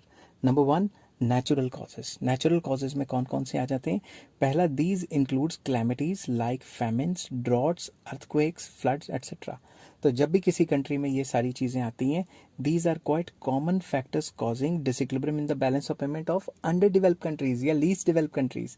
क्यों? क्योंकि उनको बाहर से हेल्प लेनी पड़ती है, लोन्स लेना पड़ता है, कुछ ना कुछ करना पड़ता है, जिससे उनकी जो बैलेंस ऑफ पेमेंट है वो खराब हो जाती है। Imports of a country multiply under the impact of these calamities leading to disequilibrium in the balance of payment। जब भी ऐसी calamities आती हैं तो अंडर डेवलप कंट्रीज को बाहर से काफ़ी हेल्प भी लेनी पड़ जाती है, लोन्स लेने पड़ जाते हैं, जिसकी वजह से उनके बैलेंस ऑफ पेमेंट खराब होने की पूरी उम्मीद रहती है। ठीक है, उनको बाहर से खाना भी मंगवाना पड़ता है, कुछ भी करना पड़ता है। ठीक है, नेक्स्ट आ जाता है इकोनॉमिक कॉजेज। इकोनॉमिक कॉजेज सबसे मेन है। These are basically number 1, economic development plans. जब भी हमारा कंट्री डेवलपमेंट प्लान बनाता है, उसके लिए बाहर से मशीनरी या कैपिटल गुड्स मंगवाता है, इसके पीछे भी बड़ी बैलेंस ऑफ पेमेंट खराब हो जाती है। Disequilibrium in balance of payment of developing countries is often caused on account of bulk investment in its planned development। वो अपने planned development में bulk investment कर देते हैं। Developing countries depend upon the developed countries for their investment needs। तो developing countries यही चाहती हैं कि जो developed countries हैं वो बाहर से आके investment करें। Import of modern machinery और raw material लेके आते हैं बाहर से etc. in large amount in developing countries often and up in a situation of unfavourable balance of payment. तो बाहर से अगर बड़ी बड़ी मशीन लेके आएंगे और बाहर से रॉ मटेरियल लेके आएंगे, टेक्नोलॉजी लेके आएंगे, तो अनफेवरेबल बैलेंस ऑफ पेमेंट तो होना ही होना है। नेक्स्ट आ जाता है price cost effect. On account of development planning, cost and prices in export industries generally go up. तो जो कॉस्ट एंड जो एक्सपोर्ट इंडस्ट्रीज़ हैं उनके प्राइसेस बढ़ जाते हैं। क्यों? वो इसलिए बढ़ जाते हैं क्योंकि प्लानिंग की कॉस्ट बढ़ जाती है। जब ओवरऑल इकोनॉमी में पैसा ज़्यादा आ जाता है डेवलपिंग कंट्रीज़ में, तो वहाँ इन्फ्लेशन बढ़ जाता है। तो इन्फ्लेशन के चलते planning cost and prices export industries के बढ़ जाते हैं। It leads to fall in the total volume of export and balance of payment becomes adverse. अब आप खुद सोचो, प्राइस कॉस्ट इफेक्ट के अंदर अगर एक्सपोर्ट की कॉस्टिंग बढ़ जाएगी तो बाहर थोड़ी ना माल बिकेगा हमारा। तो अगर बाहर कॉस्टिंग बढ़ने से प्राइसेस भी बढ़ाने पड़ेंगे, तो बाहर एक्सपोर्ट्स कम हो जाएंगे, तो हमारे को बैलेंस ऑफ पेमेंट उससे भी तो खराब हो सकती है ना। नेक्स्ट आ जाता है साइक्लिकल फ्लक्चुएशंस। इसमें बिजनेस साइकिल्स और इकोनॉमिक फ्लक्चुएशन, जिनको ट्रेड साइकिल्स भी कहा जाता है, इन इंटरनेशनल मार्केट में also cause disequilibrium in balance of payment. जैसे आप कोई चीज़ बाहर एक्सपोर्ट इंपोर्ट करते हो, तो बाहर कोई मंदी आ गई या डिप्रेशन आ गया या रिसेशन आ गया, उस चीज़ की डिमांड और सप्लाई हिंडर करती है, जिस वजह से हमारा बैलेंस ऑफ पेमेंट खराब हो सकता है। ठीक है, next change in foreign exchange rate. जब फॉरेन करेंसी का रेट ऊपर नीचे होता है, उसकी वजह से भी ट्रेड हिल जाता है। When the external value of domestic currency goes up, imports become cheaper and exports dearer. Thus, imports are encouraged and exports discouraged, leading to disequilibrium in the balance of payment। जब भी हमारी currency की value बढ़ जाती है, ठीक है, तो इंपोर्ट्स क्या हो जाते हैं? चीपर। अगर इंडियन करेंसी की वैल्यू जो $1 80 का चल रहा है, अगर $1 70 का हो जाए या $60 का हो जाए, तो हमारी करेंसी तो अब महंगी हो जाएगी ना। तो हम बाहर से डॉलरों में सामान मंगाया करेंगे, तो उससे हमारे इंपोर्ट बढ़ जाएंगे, और इंपोर्ट बढ़ेंगे तो क्या होगा, हमारी बैलेंस ऑफ पेमेंट खराब हो जाएगा। नेक्स्ट आ जाता है decline in foreign demand. When the tastes, habits and fashion of the foreign consumers या customers undergoes a change, there is fall in foreign demand for domestic goods. This leads to fall in the exports and hence balance of payment becomes adverse. तो जिन जिन countries में हम अपना सामान बेचते हैं जाके, वहाँ पे अगर हैबिट्स चेंज हो गई या टेस्ट एंड प्रेफरेंस चेंज हो गई या फैशन चेंज हो गया, तो हमारा माल बिकेगा नहीं, हमारे एक्सपोर्ट गिर जाएंगे, जिसकी वजह से बैलेंस ऑफ पेमेंट खराब हो सकता है। Next, change in terms of trade. तो जब भी हमारे हमारे किसी हमारे या किसी कंट्री के बैलेंस टर्म्स ऑफ ट्रेड खराब हो जाते हैं, तो तब भी बैलेंस ऑफ पेमेंट खराब होना ही होना है। टर्म्स ऑफ ट्रेड क्या है, आपको मैंने इस वीडियो के डिस्क्रिप्शन में प्लेलिस्ट की डिस्क्रिप्शन भी दी है, तो आप इंटरनेशनल इकोनॉमिक्स ग्रेजुएशन के नाम की प्लेलिस्ट पे जाएं और उस पर टर्म्स ऑफ ट्रेड का पूरा चैप्टर देखें, ठीक है। If the terms of trade off a country becomes unfavourable compared to another country, then the value of its imports exceeds that of its exports and the country will face a situation of adverse balance of payment. जब भी हमारे terms of trade हमारे खिलाफ हो गए, हमारे लिए unfavourable हो गए और किसी और कंट्री के लिए फेवरेबल हो गए, तो हमारे जो इंपोर्ट हैं उसकी वैल्यू बढ़ जाएगी और एक्सपोर्ट की वैल्यू गिर जाएगी, जिसकी वजह से हमें अनफेवरेबल बैलेंस ऑफ पेमेंट ढूंढने को मिलेगा। नेक्स्ट आ जाता है डेमोन्स्ट्रेशन इफेक्ट। ये सबसे इंपॉर्टेंट चीज़ है। डेमोन्स्ट्रेशन इफेक्ट होता है जब भी आप किसी हाई फाई बंदे को, फिल्म स्टार को, क्रिकेटर को देख के फॉरेन की चीज़ें खरीदने लग जाते हो, उनके पीछे लग के, तो आप क्या करते हो, आप देखते हो उन्होंने नाइक के शूज़ पहने हैं, एडिडास के पहने हैं, फॉरेन ब्रांड्स लिए हैं, तो आप फॉरेन ब्रांड्स के पीछे भाग के फॉरेन ब्रांड्स खरीद लेते हो। जब भी आप ऐसे फॉरेन ब्रांड्स खरीदते हो तो सारा पैसा बाहर चला जाता है, जिसकी वजह से बैलेंस ऑफ पेमेंट खराब हो जाता है। People of under developed countries try to copy consumption pattern of the people of developed countries. इसमें ये भी आप कह सकते हो कि जो डेवलप कंट्रीज़ के लोग हैं, जो अंडर डेवलप कंट्रीज़ के लोग हैं, वो अंग्रेज़ों की तरह अपना स्टैंडर्ड ऑफ लिविंग रखने के लिए बाहर से काफ़ी चीज़ें इंपोर्ट करा लेते हैं या उनको कॉपी करने की कोशिश करते हैं, ठीक है। हमारे यहाँ बाहर को तो क्या ही कॉपी करना है, यहाँ पे जो क्रिकेटर्स और फिल्म स्टार्स हैं वही इतनी मशहूरियाँ करते हैं कि लोग उनके इन्फ्लुएंस में आके सारा सामान बाहर का खरीद लेते हैं। On account of this demonstration effect their imports increase considerably causing disequilibrium in the balance of payment. तो इन सब की वजह से बैलेंस ऑफ पेमेंट खराब तो होना ही होना है, ठीक है ना। Population explosion. Aggregate consumption demand in underdeveloped countries increases due to rapid increase in population. तो जितनी ज़्यादा पॉपुलेशन है अंडर डेवलप्ड कंट्रीज में, उतनी ज़्यादा कंजम्पशन डिमांड बढ़ती जा रही है। Consequently export surplus tends to shrink. तो जो चीज़ें बाहर भेज रहे हैं वो भी घर में कम पड़ रही है, तो बाहर क्यों बेचेंगे, समझ गए ना बात। तो बाहर का एक्सपोर्ट गिरता जा रहा है, इस वजह से भी बैलेंस ऑफ पेमेंट खराब हो रही है। नेक्स्ट आ जाता है foreign capital investment flow. Induced by profit motive, when a country makes large capital investment in foreign countries, then this capital outflow has an adverse effect on balance of payment. अगर हमारे यहाँ पे जो बड़े बड़े किसी भी कंट्री में जो बड़े बड़े वो हैं, क्या कहते हैं, इन्वेस्टर्स हैं, बड़े बड़े एंटरप्रेन्योर्स हैं, वो अगर अपना बल्क में पैसा किसी और कंट्री में लगा देंगे, क्योंकि उनको उस कंट्री में प्रॉफिट होते हुए दिख रहा है, तो सारा पैसा तो आउटफ्लो हो जाएगा हमारी कंट्री से। तो जब भी पैसा आउटफ्लो होता है कंट्री से, तो वो तो डेबिट आइटम में ही आता है ना, तो बैलेंस ऑफ पेमेंट हमारी खराब हो जाती है। नेक्स्ट आ जाता है international economic practices and policies. International institutions, practices and policies of foreign countries have a direct bearing on balance of payment of a country. जो international practices हैं और जो policies हैं, उसका balance of payment पे direct असर है। कैसे? Policies of cooperation, tariffs, customs, discriminatory trade policies, sanctions, etc. have their influence on balance of payment of a country. Economic sanctions against Russia is a good example. अब क्या हुआ, जो भी international practices and policies हैं, उनकी वजह से भी एक कंट्री की बैलेंस ऑफ पेमेंट खराब हो सकती है। कैसे? अगर इंटरनेशनल लेवल पे जैसे यूएसए ने सैंक्शन लगा दी किसके ऊपर, रशिया के ऊपर, कि उसने यूक्रेन पे हमला कर दिया। उस चक्कर में हुआ क्या, सैंक्शन लगाने के चक्कर में जो चीज़ें सस्ती थी वो और डबल रेट पे होगी।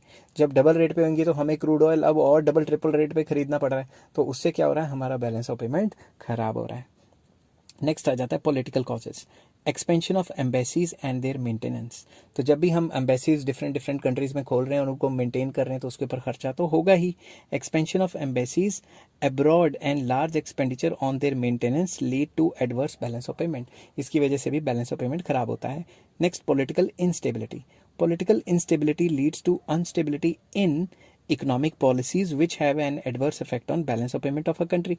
क्योंकि अगर इंस्टेबिलिटी होगी, हर तीसरे दिन कोई दंगे हो रहे हैं, कोई सरकार चेंज हो रही है, इलेक्शन हो रहे हैं, तो कोई स्टेबल पॉलिसी नहीं आ रही। अगर स्टेबल पॉलिसी नहीं आ रही तो कोई फॉरेन इन्वेस्टर्स अट्रैक्ट नहीं ना होंगे, तो बाहर से पैसा आना बंद हो जाएगा, और जो बाहर से इंपोर्ट करा रहे हैं वो तो चलता रहेगा। तो बैलेंस ऑफ पेमेंट इस वजह से भी खराब हो सकती है। नेक्स्ट है international relations. International relations of a country may be cordial, hostile, or full of tension. These may have either a favorable और unfavourable effect on the balance of payment of a country. तो अगर हमारे किसी country के साथ international relation सही है या खराब है, इसकी वजह से भी हमारे बैलेंस ऑफ पेमेंट उल्ट पुल्ट हो सकते हैं। कैसे? अगर हमारे चाइना के साथ मान लो रिलेशन खराब है और हम चाइना से इंपोर्ट बैन कर देते हैं, तो यही सेम चीज़ हमें रॉ मटेरियल या फिर ये जो छोटे छोटे चिप हैं वो कहीं और से लाना पड़ेगा। रॉ मटेरियल वो डबल रेट पे मिलेगा, तो डबल रेट पे मिलेगा तो हमें और महंगा रॉ मटेरियल मिलता है, तो हमारी कॉस्ट ऑफ प्रोडक्शन भी बढ़ जाएगी। तो हमें क्या होगा, बैलेंस ऑफ पेमेंट में डिसइक्विलिब्रियम होने के पूरे चांसेस हैं कि अगर किसी कंट्री से हमारे अच्छे रिलेशन है, या तो माल सस्ता मिल जाएगा तो बैलेंस ऑफ पेमेंट फेवरेबल हो जाएगा, या माल बहुत महंगा मिलेगा तो डिसइक्विलिब्रियम हो जाएगा, मतलब अनफेवरेबल हो जाएगा। समझ गई ना बात? तो ये भी एक वजह हो सकती है। नेक्स्ट, पार्टीशन और unification of the country. Partition होता है कंट्री के टुकड़े होना, यूनिफिकेशन दो तीन कंट्रियों का आपस में मिलना। ठीक है। पार्टीशन और unification of a country may have an unfavourable और favourable effect in the balance of payments. देखो, फेवरेबल होगा तो भी डिसइक्विलिब्रियम है क्योंकि रिसीट पेमेंट बराबर नहीं हुई, अनफेवरेबल है तो भी डिसइक्विलिब्रियम है। समझ गई ना बात? तो हम तो डिसइक्विलिब्रियम कर रहे हैं। India and Pakistan disintegrated, USSR भी डिसइंटीग्रेट हुआ था, are the instances of partitioned economies, whereas Germany is the example of unified economy. East Germany West Germany आपस में मिल गए थे ना। समझ गई बात? तो अब कैसे मिले थे मैं हिस्ट्री पे नहीं जाऊंगा, मगर अगर दो कंट्रीज आपस में मिलती हैं, उनकी यूनिफिकेशन होती है, तो भी balance of payment favourable unfavourable हो सकती है, जो कि डिसइक्विलिब्रियम का पार्ट है। और अगर दो कंट्रीज आपस में टूटती हैं, एक कंट्री आपस में टूट के अलग अलग हो जाती है, जैसे यूएसएसआर और इंडिया की एग्जाम्पल लिखी है, इस वजह से भी बैलेंस ऑफ पेमेंट अनफेवरेबल या फेवरेबल हो सकती है। आई होप ये वीडियो आपको पसंद आई होगी। हेलो फ्रेंड्स, आज मैं आपके साथ मैक्रो इकोनॉमिक्स का एक और टॉपिक लेके आया हूँ। चैप्टर का नाम है बैलेंस ऑफ पेमेंट्स और टॉपिक का नाम है effects of adverse balance of payment on an economy. किसी भी इकोनॉमी में बैलेंस ऑफ पेमेंट अगर एडवर्स हो जाती है, उसका क्या असर होता है, चलिए शुरू करते हैं। शुरू करने से पहले बता दूं कि इस चैप्टर के सारे लिंक आपको डिस्क्रिप्शन में मिल जाएंगे, एक एक करके पढ़ेंगे तो बहुत मजा आएगा। चलिए शुरू करते हैं। First point, adverse balance of payment lowers the international economic credibility of a country. अगर किसी भी कंट्री का बैलेंस ऑफ पेमेंट एडवर्स है तो उसकी क्रेडिबिलिटी वर्ल्ड इकोनॉमी में थोड़ी नीचे चली जाती है।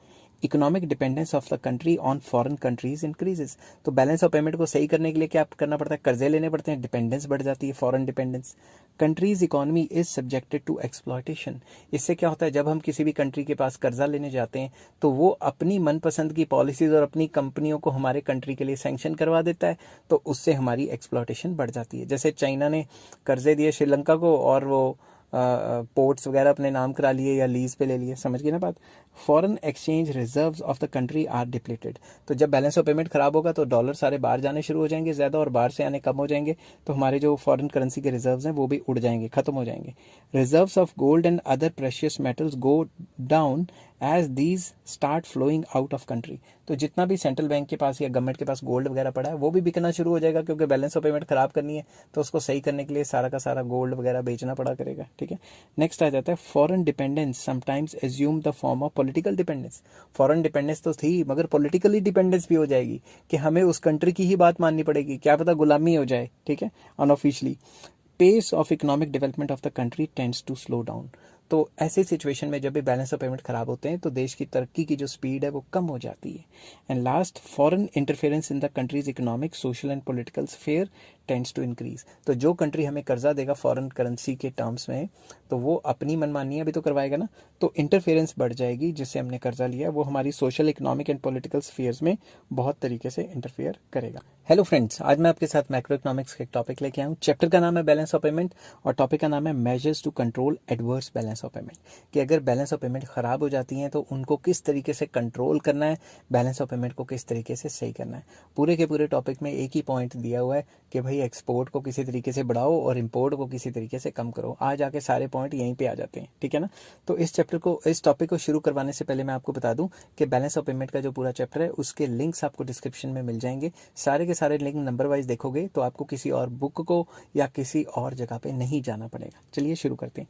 Main objectives of all these measures is to promote exports, and reduce imports. मतलब जितने भी मेजर्स हैं उसमें एक ही बात की गई है कि भाई एक्सपोर्ट बढ़ाओ और इम्पोर्ट कम करो। तो सबसे पहला आ जाता है economic measures. Economic measures are mainly divided into two parts. First आ जाता है मॉनेटरी मेजर्स। इसमें क्या कहा गया है, डिफ्लेशन कर दो। डिफ्लेशन मतलब प्राइस लेवल को गिरा दो, अपनी करेंसी को मनी सप्लाई से कम कर दो, मनी सप्लाई में जितनी करेंसी चल रही है उसको कम कर दो, ठीक है। It refers to that monetary policy under which the volume of currency in the country is reduced। ऐसी मॉनेटरी पॉलिसी लाओ जिसको कि कॉन्ट्रैक्शनरी मॉनेटरी पॉलिसी कहते हैं, जिसमें सरकार पैसा इकोनॉमी से गायब कर देती है। समझ गए बात, किस तरीके से वेरियस मेजर्स हैं।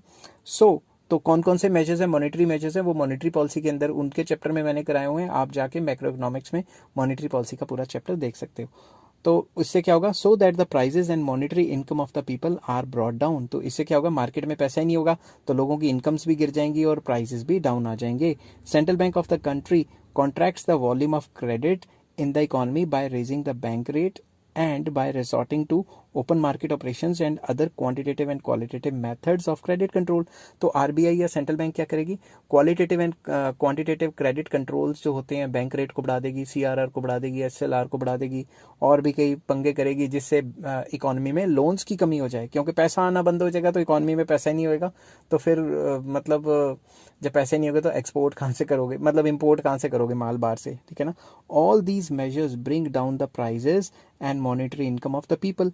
Fall in domestic prices stimulates export. जब हमारे कंट्री में माल सस्ता हो जाएगा तो एक्सपोर्ट बढ़ने शुरू हो जाएंगे। And reduction in money income of the people discourages import. लोगों की जेब में पैसा ही नहीं होगा तो इंपोर्ट कहाँ से करेंगे।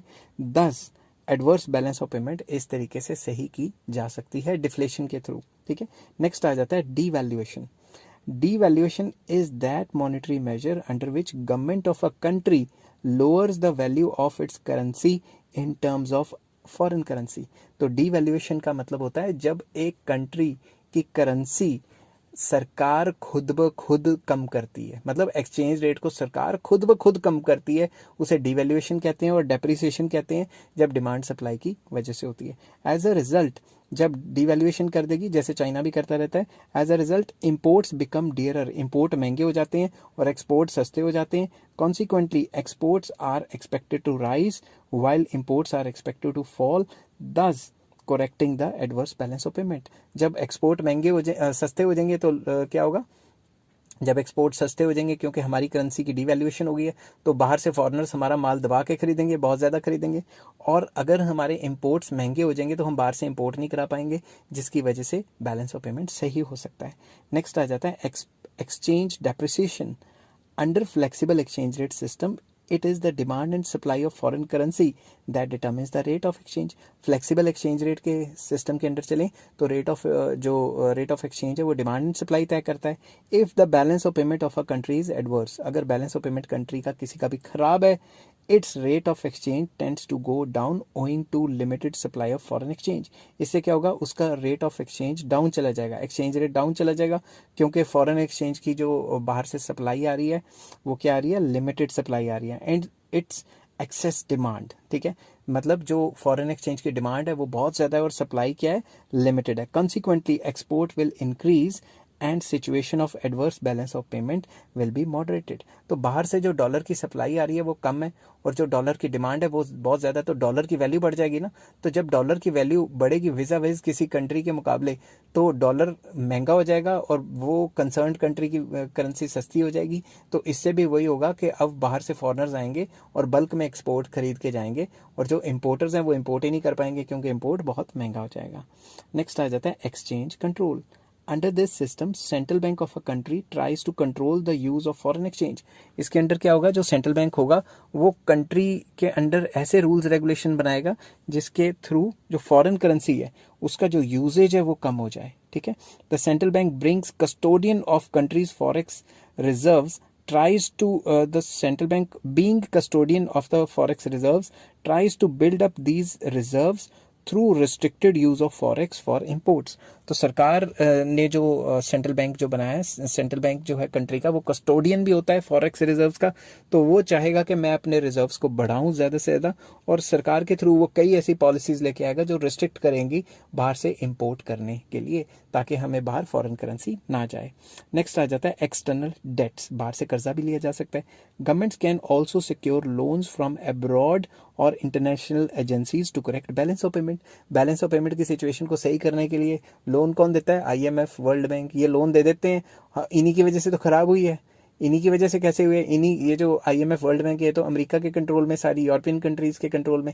पहले ये कहते हैं डब्ल्यूटीओ के अंडर अपनी कंट्री से प्रोटेक्शन हटाओ, खुद की कंपनियां भेज देते हैं, वो कंपनियां हमें लूट के अपना पैसा सारे अपने कंट्री में ले जाती हैं, बैलेंस ऑफ पेमेंट खराब करा देती हैं, और बाद में कहती हैं कि भाई अच्छा तुम्हारी बैलेंस ऑफ पेमेंट खराब है, अब ये आईएमएफ और वर्ल्ड बैंक से बैलेंस ऑफ पेमेंट सही करने के लिए लोन ले लो। समझ की बात कितनी चालाक है। Foreign loans constitute a credit item in the balance of payment account. तो जब भी बाहर से लोन आता है तो हमारे क्रेडिट आइटम होता है, तो बैलेंस ऑफ पेमेंट कुछ हद तक सही हो सकता है। Accordingly adverse balance of payment is corrected through international loans. International loans लेके थोड़े टाइम तक तो सही है, मगर लोन वापस भी तो करना है। However this is only a accounting correction, not an economic correction. तो इससे अकाउंटिंग के लिए तो सही हो जाएगा, मगर इकोनॉमी के लिए तो खराब है ना, क्योंकि जो फ्यूचर में पैसा हमारे देश की तरक्की के ऊपर खर्च होना है वो कर्जे को वापसी में खर्च हो जाएगा। समझ की बात। नेक्स्ट आ जाता है non monetary measures. Non monetary measures में क्या करना है? सबसे पहले करना है डिस्करेज इंपोर्ट्स। इंपोर्ट्स को डिस्करेज करना है। In order to correct adverse balance of payment, imports are discouraged by adopting following measures. सबसे पहले इंपोर्ट ड्यूटीज लगा दो। The government may levy new import duties or raises the rate of existing ones। तो जो existing tax, जो import duties चल रही हैं इंपोर्ट्स के ऊपर, वो या तो नए नए ड्यूटीज ले आएगी, या फिर जो एग्जिस्टिंग है उनको बढ़ा देगी, रेट बढ़ा देगी, ताकि प्राइसेस बढ़ जाएं। अकॉर्डिंगली, इस वजह से क्या होगा? अकॉर्डिंगली इंपोर्ट्स बिकम डियरर, महंगे हो जाएंगे imports, and their demand goes down, उनकी डिमांड गिर जाएगी। Fall in the volume of imports moderates, मतलब बैलेंस ऑफ पेमेंट की जो एडवर्स है, जो अनफेवरेबल है, जो नुकसान है, उसे कम कर देगा, खत्म नहीं करेगा, कम कर देगा। नेक्स्ट है इंपोर्ट कोटाज लगा देना। इंपोर्ट कोटाज में क्या होता है? Imports are curtailed by fixing import Kota's.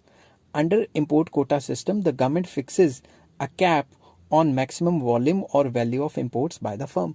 इसके अंदर सरकार फिक्स कर देती है कि इतनी वैल्यू या इतने वॉल्यूम से ज़्यादा बाहर से मंगाना ही नहीं, कहानी खत्म।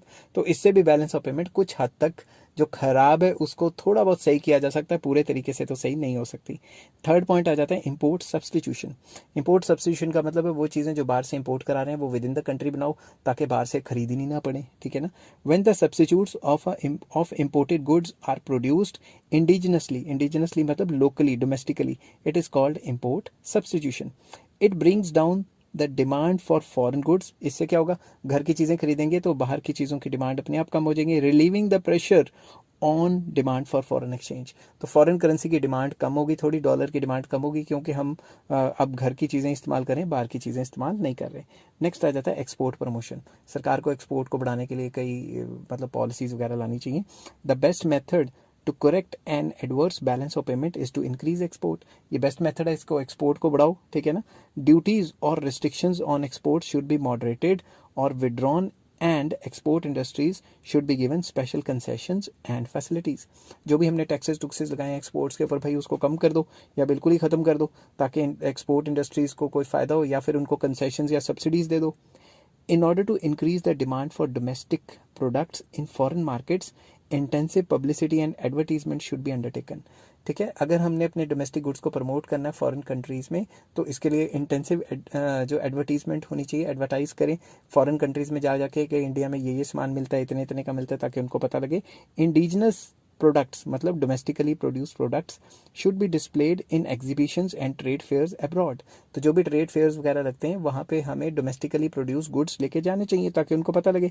दस production and export capacity of export industry will increase and balance of payment position can improve. तो अगर हम एक्सपोर्ट बढ़ाएंगे किसी भी तरीके से, सब्सिडी दे के एक्सपोर्ट में अपने एडवर्टाइजमेंट वगैरह करके, इसकी वजह से एक्सपोर्ट बढ़ेंगे और बैलेंस ऑफ पेमेंट ठीक हो सकती है हमारी।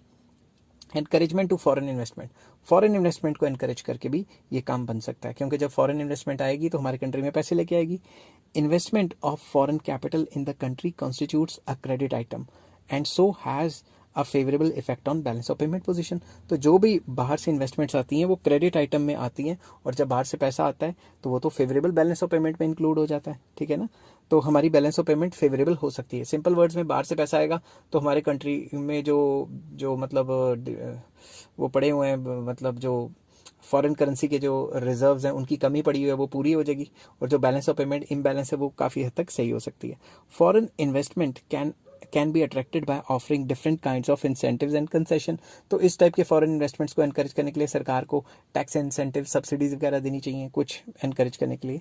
अट्रैक्शन टू फॉरेन टूरिस्ट, तो जितने टूरिस्ट यहाँ घूमने आएंगे उतना हमारे लिए फ़ायदा ना, यहाँ डॉलर उड़ा के जाएंगे, ठीक है ना। In order to attract tourists, the government should develop recreation parks and tourist sites. Foreign tourist bring foreign currency, तो जब भी वो बाहर से आते हैं हमारे यहाँ करेंसी लेके जाते हैं, तो जितनी फॉरेन करेंसी हमारे कंट्री में आएगी, चाहे टूरिज्म की तरफ से आए, तो वो हमारे कंट्री के लिए इनफ्लो होगा मनी का, तो वो बैलेंस ऑफ पेमेंट को ठीक कर सकती है। पूरी तरीके से तो नहीं कर सकती, थोड़ा बहुत तो कर ही सकती है ना। स्टेट ट्रेडिंग, इसमें क्या होता है, the state can explore new markets and offer infrastructural facilities to the private exporters.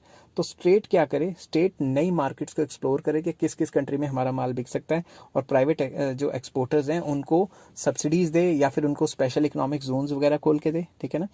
In this way it can effectively restrict the import of unnecessary goods and promote exports। इस तरीके से जब सरकार अपने हाथ में ले लेगी एक्सपोर्ट इंपोर्ट को, तो क्या करेगी सरकार, सरकार ही बताएगी ये चीज़ें इंपोर्ट करनी है, ये चीज़ें एक्सपोर्ट करनी है, उससे जो अननेसेसरी गुड्स हैं वो बाहर से आने बंद हो जाएंगे। However this method can be adopted by those countries only which are not under the pressure of any other country. ये वही फॉलो कर सकते हैं जो किसी और कंट्री के अंडर नहीं आते, जो ताकतवर कंट्रीज हैं, ठीक है ना। अगर कोई अंडर डेवलप कंट्री ये फॉलो करेगी तो जो डेवलप कंट्री है उसको तो कह देगी भाई तू स्टेट ट्रेडिंग क्यों कर रहा है, तो गवर्नमेंट की इंटरफेरेंस क्यों बढ़ा रहा है, क्योंकि WTO के अंडर तो कहा है कि हम रिस्ट्रिक्शन खत्म करेंगे, ठीक है ना, तो गवर्नमेंट की इंटरफेरेंस नहीं बढ़ानी। नेक्स्ट, मतलब वो जीने नहीं देती develop countries. Political measure with a view to correct an adverse balance of payment, some political measures can also be taken.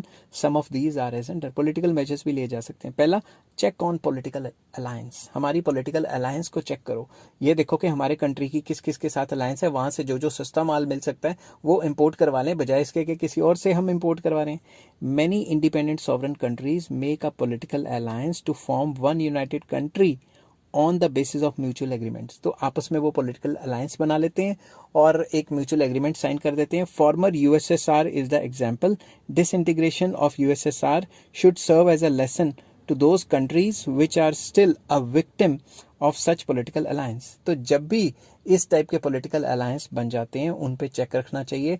अगर USSR या फिर कोई ऐसी कंट्री जो 3-4-5 कंट्रियों पे कब्जा करके एक बड़ी सी कंट्री बना देती है और बाद में उन कंट्रीज को एक्सप्लॉइट करती है और उनकी बैलेंस ऑफ पेमेंट भी खराब हो जाती है, तो ज़बरदस्ती किसी को किसी के कंट्रोल में नहीं ना रखा जाता, ठीक है ना। तो USSR ने जैसे अलायंस बनाया था वो नहीं बनाना चाहिए था और उसको अपनी एक सेपरेट रखनी चाहिए थी। अगर वो अपने कंट्री का बैलेंस ऑफ पेमेंट संभाल ले वही बहुत है। अगर 2-4-5 कंट्रियों का ज़बरदस्ती का अलायंस बनाएगा तो उससे ट्रेड काफ़ी हैम्पर होता है।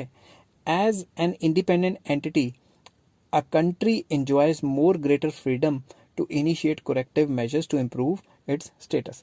अगर वो 3-4 कंट्रियां मिलकर USSR ने कंट्रोल ना की होती तो क्या पता वो एज एन इंडिपेंडेंट स्टेट वो अच्छे डिसीजन ले सकती और वो अपनी बैलेंस ऑफ पेमेंट को सही करने में काफ़ी मतलब सक्षम रहती या काफ़ी मतलब कर सकती। मगर अगर किसी और कंट्री के कंट्रोल में रख के हम मतलब उन्हीं के हिसाब से हम अपने इंपोर्ट एक्सपोर्ट करेंगे तो हम बैलेंस ऑफ पेमेंट को कैसे सही कर पाएंगे, ठीक है ना।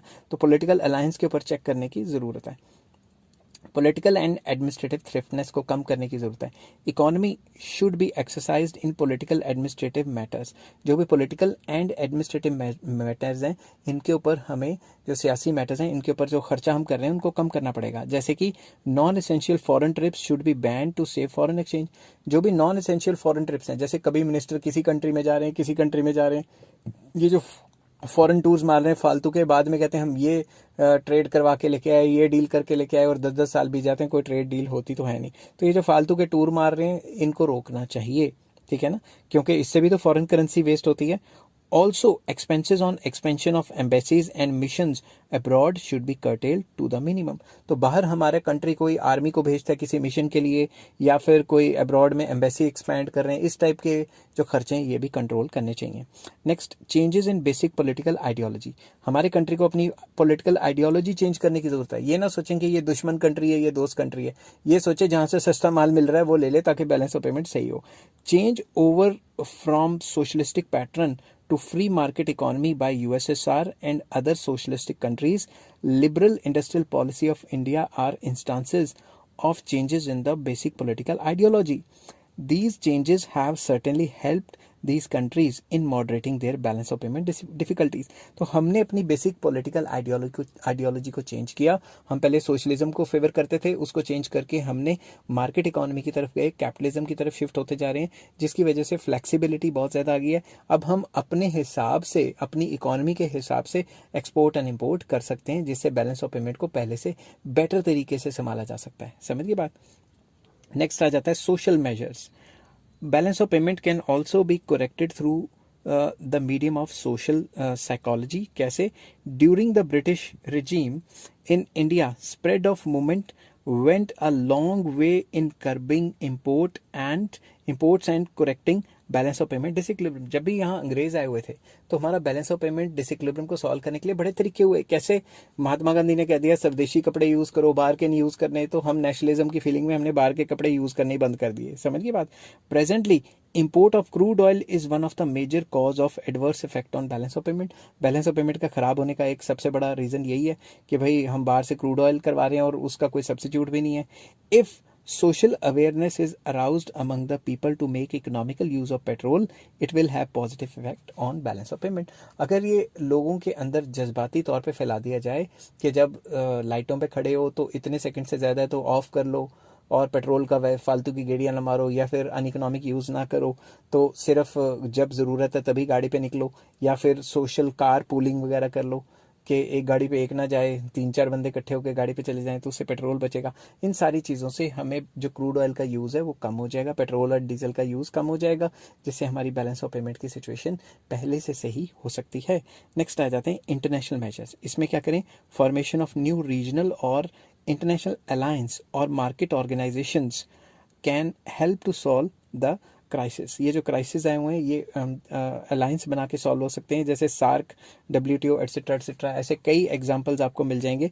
इस टाइप के अलायंस बनाओ ताकि ट्रेड को एनकरेजमेंट मिले और ट्रेड बढ़ेगा, और हमें यही पता लगेगा कि फ़लाँ चीज़ फ़लाँ कंट्री में सस्ती है, वहाँ से मंगवा लेते हैं, तो हमारी जो इम्पोर्ट कॉस्टिंग है वो कम होगी. मोर ओवर एक्सपोर्ट्स हमारे बढ़ेंगे, जिसकी वजह से बैलेंस ऑफ पेमेंट जो खराब है वो सही हो सकता है. हेलो फ्रेंड्स, आज मैं आपके साथ मैक्रो इकोनॉमिक्स का एक टॉपिक लेके आया हूँ. चैप्टर का नाम है बैलेंस ऑफ पेमेंट और टॉपिक का नाम है effect of devaluation on balance of payment. Instead हम इसको इफेक्ट की जगह इफेक्ट्स भी कह सकते हैं. Effects of devaluation on balance of payment, के बैलेंस ऑफ पेमेंट पे डीवैल्यूएशन के क्या असर पड़ेंगे. चलिए शुरू करते हैं. शुरू करने से पहले बता दूं कि इस चैप्टर के सारे लिंक आपको डिस्क्रिप्शन में मिल जाएंगे, आप जाके नंबर वाइज पढ़ सकते हैं. चलिए शुरू करते हैं. Devaluation means deliberate reduction by the government in the value of its national currency in terms of gold or other foreign currencies. Devaluation का मतलब होता है कि गवर्नमेंट अपनी करेंसी को खुद कमज़ोर करती है, खुद ये डिसीजन लेती है. डिमांड सप्लाई से जो होता है उसे डेप्रिसिएशन कहते हैं. डिमांड सप्लाई की वजह से अगर हमारी करेंसी का रेट गिरे उसे डेप्रिसिएशन कहते हैं. और अगर गवर्नमेंट खुद अपनी करेंसी का रेट गिराए in terms of other currency या in terms of gold system पुराने ज़माने में था इसलिए गोल्ड भी लिखना पड़ रहा है, तो इन टर्म्स ऑफ अदर करेंसी, तो उसे डीवैल्यूएशन कहा जाता है. It means reduction in external value of national currency. तो हम ये भी कह सकते हैं कि जो हमारी नेशनल करेंसी है उसकी एक्सटर्नल वैल्यू गिर जाती है. मतलब अगर $1 मान लो 80 रुपीज़ का है और अगर $1 90 रुपीज़ का हो जाए तो हमारी करेंसी की वैल्यू गिर गई. और अगर गवर्नमेंट खुद करे तो उसे डीवैल्यूएशन कहते हैं. अगर डिमांड सप्लाई की वजह से हो तो उसे डेप्रिसिएशन कहते हैं. ठीक है. As a result of devaluation, purchasing power of national currency in terms of gold or other foreign currencies decline. जब भी ऐसा होता है तो हमारी करेंसी की वैल्यू गिरती है, उससे हमारी परचेजिंग पावर बिल्कुल गिर जाती है. कैसे गिर जाती है? पहले हम 80 रुपये में $1 का सामान खरीदते थे, बट अब 90 रुपये देने पड़ेंगे $1 का सामान खरीदने में. ज़्यादा पैसे देने पड़ेंगे ना, मतलब हमारी परचेजिंग पावर गिर गई. Devaluation is one of the significant monetary measure to correct the adverse balance of payment. Devaluation की वजह से adverse balance of payment को बहुत अच्छे से कंट्रोल किया जा सकता है. एक तो इससे हमारे इंपोर्ट कम हो जाएंगे, क्योंकि जो इंपोर्टर्स हैं वो कहेंगे अब उनको ज़्यादा पैसे देने पड़ रहे हैं, तो वो इंपोर्ट के लिए डिस्करेज करेंगे. ऊपर से जो फॉरेनर्स हैं वो कहेंगे कि इंडियन करेंसी तो बहुत सस्ती होगी, अब यहाँ पे बल्क में खरीदते हैं माल, तो अब वो इंडिया में आके सामान खरीदेंगे तो हमारे एक्सपोर्ट्स बढ़ जाएंगे. It's effects on the balance of payments depends on the following factors. तो इसके जो क्या असर पड़ेंगे वो फॉलोइंग फैक्टर्स पे डिपेंड करते हैं. पहला, no increase in price of exports. ध्यान से समझना, no increase in the price of export. ठीक है. A country can achieve its objective of balancing the balance of payments by means of devaluation only if the prices of export goods do not change या do not increase. अब आप खुद सोचो, dollar 80 रुपए से 90 रुपए हो गया, तो बाहर वाले इंडिया में आके ज्यादा सामान खरीद के जाएंगे. तो अगर प्राइजेस भी बढ़ गए तो डॉलर के बढ़ने का फिर फायदा क्या हुआ? अगर उनको जो चीज 5 रुपए में मिल रही थी अब वो 10 रुपए में मिल रही है, तो वो क्यों खरीदेंगे? तो मेन कंडीशन ये है कि डीवैल्यूएशन तो हो, तो उससे हम बैलेंस ऑफ पेमेंट तो अपनी सही कर सकते हैं, मगर जो भी एक्सपोर्टेड गुड्स हैं या एक्सपोर्ट वाले गुड्स हैं उनके प्राइसेस इंक्रीज नहीं होने चाहिए. If the price of export goods rises in the wake of devaluation, the possibility of increase in exports becomes remote because export goods will no longer be cheap in foreign currencies या foreign countries. देखा जाए तो जो foreigners यहाँ आएंगे वो कहेंगे devaluation होगी, ज़्यादा सामान खरीदते हैं, ज़्यादा खरीदने लगेंगे या ज़्यादा यहाँ से सामान ले जाने लगेंगे, तो वो कहेंगे प्राइजेस तो इतने ज़्यादा, फिर फ़ायदा क्या हुआ? समझ गई ना बात? इसीलिए जो भी एक्सपोर्ट करने वाले गुड्स हैं उनके प्राइजेस में बिल्कुल भी इंक्रीज नहीं आना चाहिए. Consequently exports will not increase nor N adverse balance of payment become favourable. तो ना ही एक्सपोर्ट बढ़े ना ही बैलेंस ऑफ पेमेंट सही हुआ हमारा.